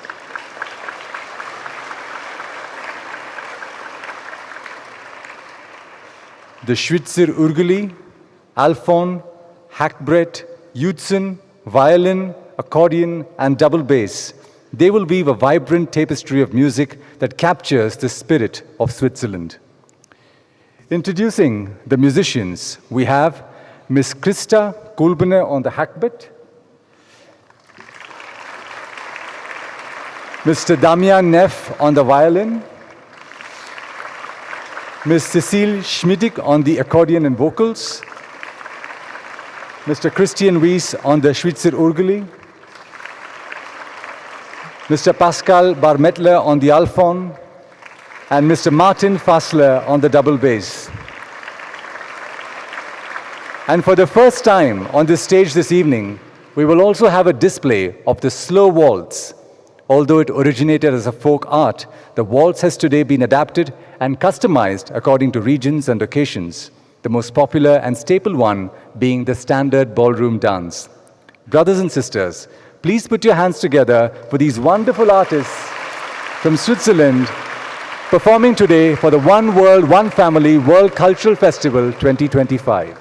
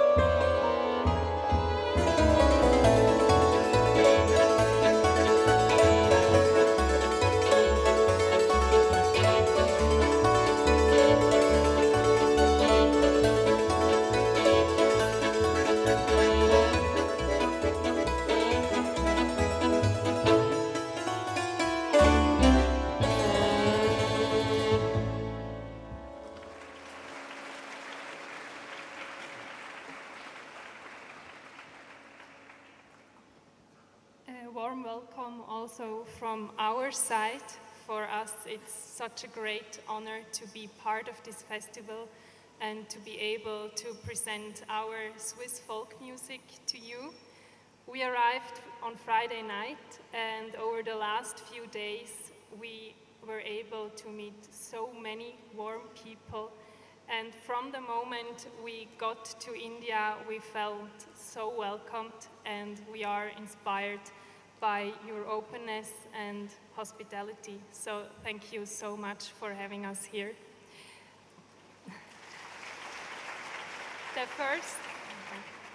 Thank you. The first song we played was a composition by Pascal himself. Pascal is our Alphorn player. Afterwards, we played a little bit more Swiss song composed by a more progressive folk music artist from Switzerland also. And the next song will be played from the Schweizer Örgeli. The Schweizer Örgeli is next to Alphorn and the Hämmer-Dulcimer or Hackbrett only existing in Switzerland.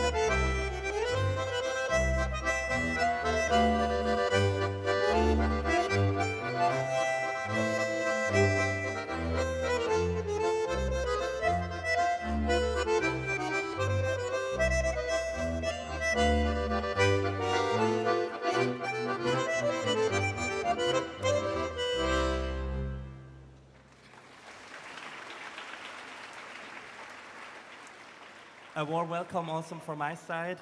What you heard is the Schweizer Örgeli. I play this little instrument since I've been 4 years old and still happy to do it. It's the first time I played in India, so I don't know who is more nervous, the instrument or myself. She already introduced the instrument. It's like an accordion.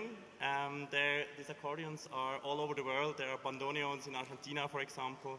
And they're played all over the world, but like this, it's only in Switzerland. So, yeah, that's my little instrument. The next song we're gonna hear is from the most famous composer, or maybe the best Swiss accordion player at the moment, worldwide, I guess. And he composed also for a yodel. And today we hear it in a version at the violin, which is also typical for Swiss music. We share our music all over the different areas of Switzerland. And what we now hear is called Nadeshka, played by the violin.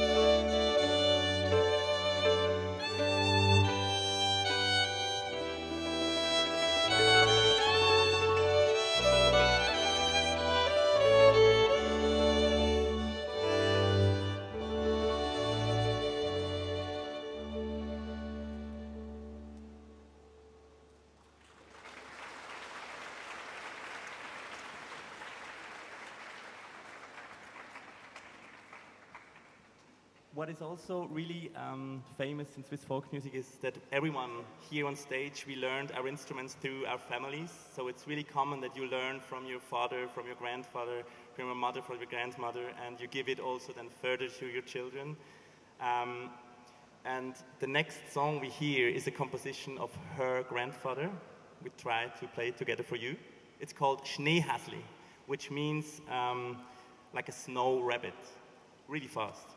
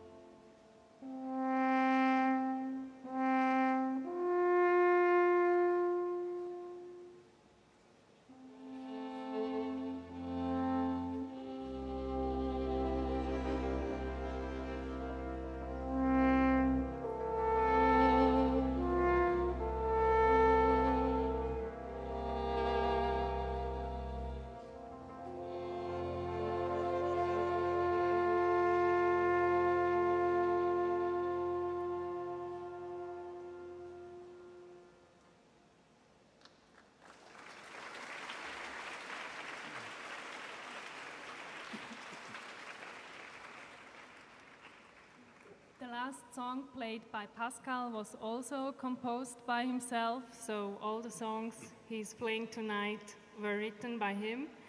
And now we're going to play something again with the Hackbrett. The Hackbrett, or hammered dulcimer in English, is very similar to the Indian santur. Maybe you know it. Both instruments has its origin in the Iran and were then distributed to all over the world by the gypsies. And in every region of the world, the instrument developed a little bit on its own in a different kind of instrument, and also the playing techniques developed. So the instrument I am playing was constructed and built in the hometown where I grew up, and I play in a so-called Appenzeller or so-called Swiss style, if you want so. The next song is also a little bit more modern. It's called Töbi in Caracas.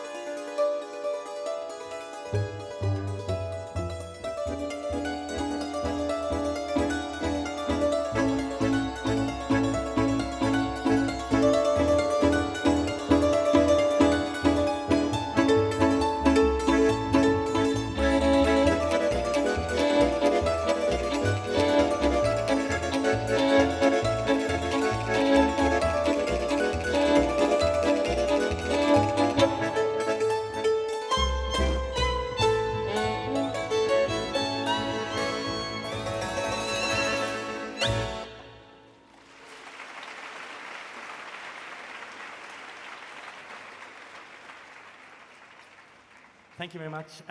The next song we're going to hear is something very special. I think yodeling is maybe the most common music language out of Switzerland, and the origin of yodeling is called Jurzen. So Jurzen is the thing the mountain farmers do or did to gathering together the cows, or maybe also to communicate with each other over long distances. Also, the Alphorn was used for the same purpose. So if you have your cows all over the mountains and you need them to get back, you just put out this Alphorn and try to bring them back to this sound, or with your voice.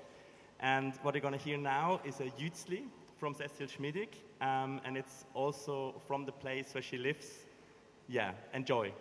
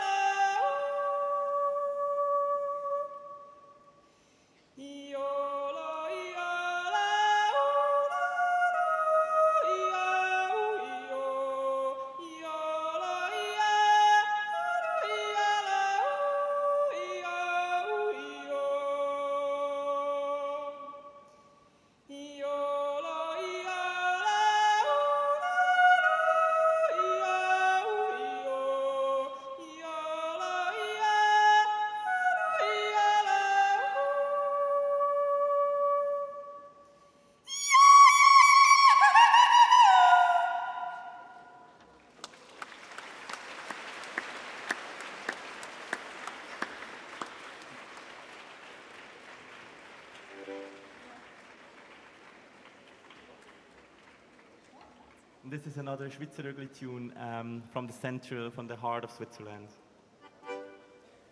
And we see some dancing, yeah.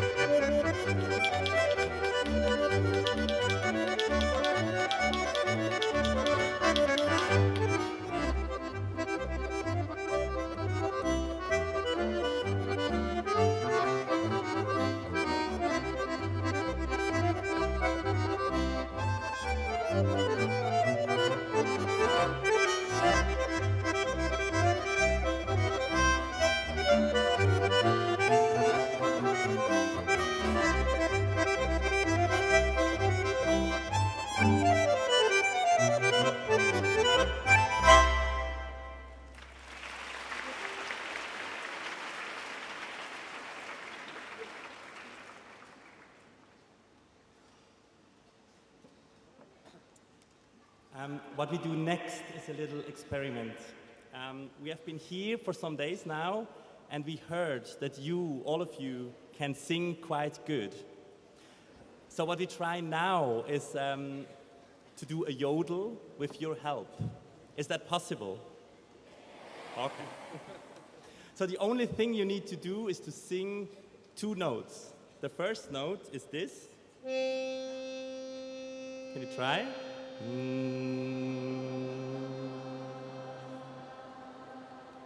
Perfect. Second note would be na. Perfect. Now, if I put my hand here, you sing the first note, which is na.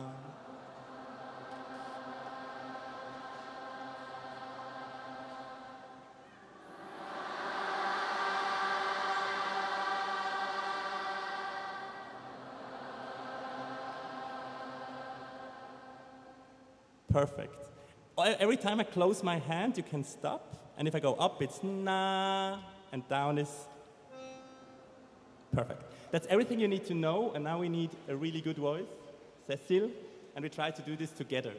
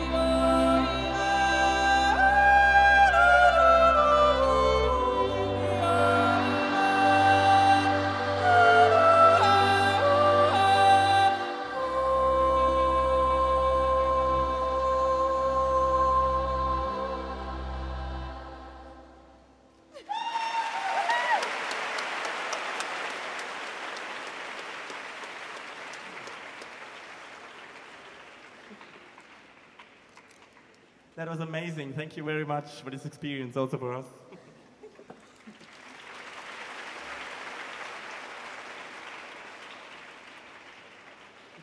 So maybe you know that Switzerland is divided by 26 cantons, and every canton has its own traditional dress.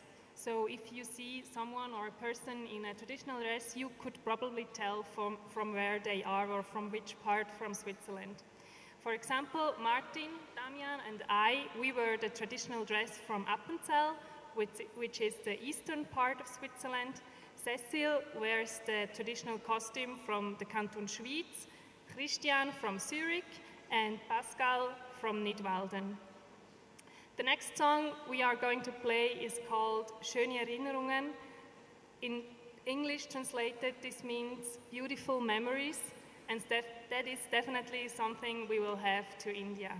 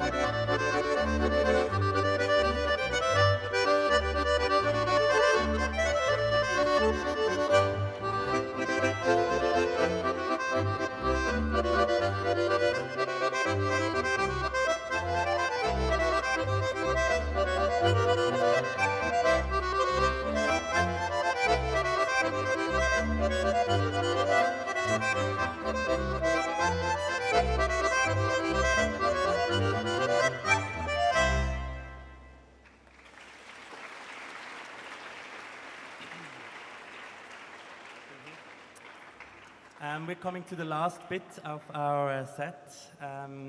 What we hear now is a rukuseli.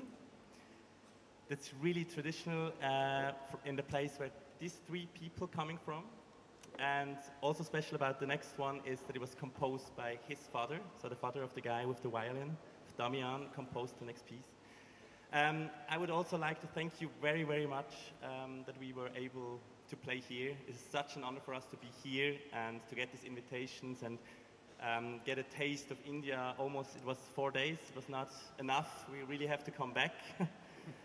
We have been able to go to Bangalore and see like the noisy part about India. We have been here. We saw the calmness about temples, and what for us will be remembered the most is so the people and the kindness in their hearts and souls. So that really touched us, all of us.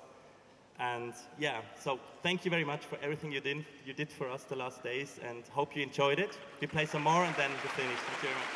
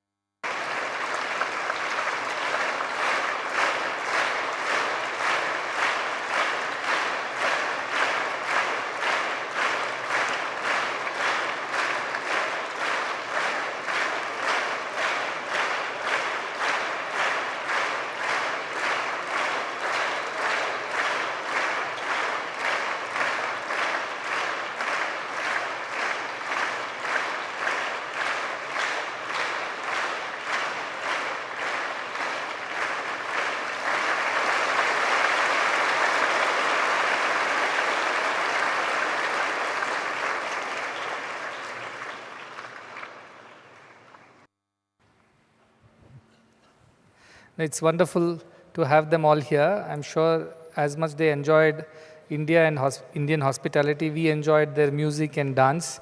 And it brought so much of joy, and it was so light, and in a way it was very happy. The music was very happy kind of music. We truly enjoyed, and enjoyed the beautiful visuals that were put up. And he was telling me, Mr. Gugar, that he very close to his house, there was something that he was showing me on the screen. So it's like a small tour of Switzerland and back here. It's a beautiful country, as I said, beautiful people, and beautiful music. This is the first time we heard Swiss music. So far we have been only eating chocolates and never heard the music. But we also heard that, and we also realized there are different kinds of costumes in different regions, and you can identify them by their costume, culture, music. Wonderful to know all that. I have taken 2 or 3 batches of students so far to Europe, and they have come to Switzerland. These are those who have post-graduated. After that, before they joined the institution, they have traveled with me to various places. The girls have traveled, boys have traveled, and they have enjoyed the hospitality of the Swiss people as well. Oh, behind you have all the pictures of us being there in Switzerland. It was snowing that day. This is in the cable car. We go up the Jungfrau. Yeah, that is the place. Enough. So we did enjoy the Swiss hospitality and kindness, and I think that's a part of the European culture. It's the heart of Europe, as they say. Truly, it's a heart because it's very beautiful as well. Very, very beautiful. So I hope they have opportunities to come back again another time to play more music for everyone. And I thank both the Honorable Parliamentarian and his secretary and everybody else for bringing this whole program together in such a nice way. We truly enjoyed it, so thank you very much.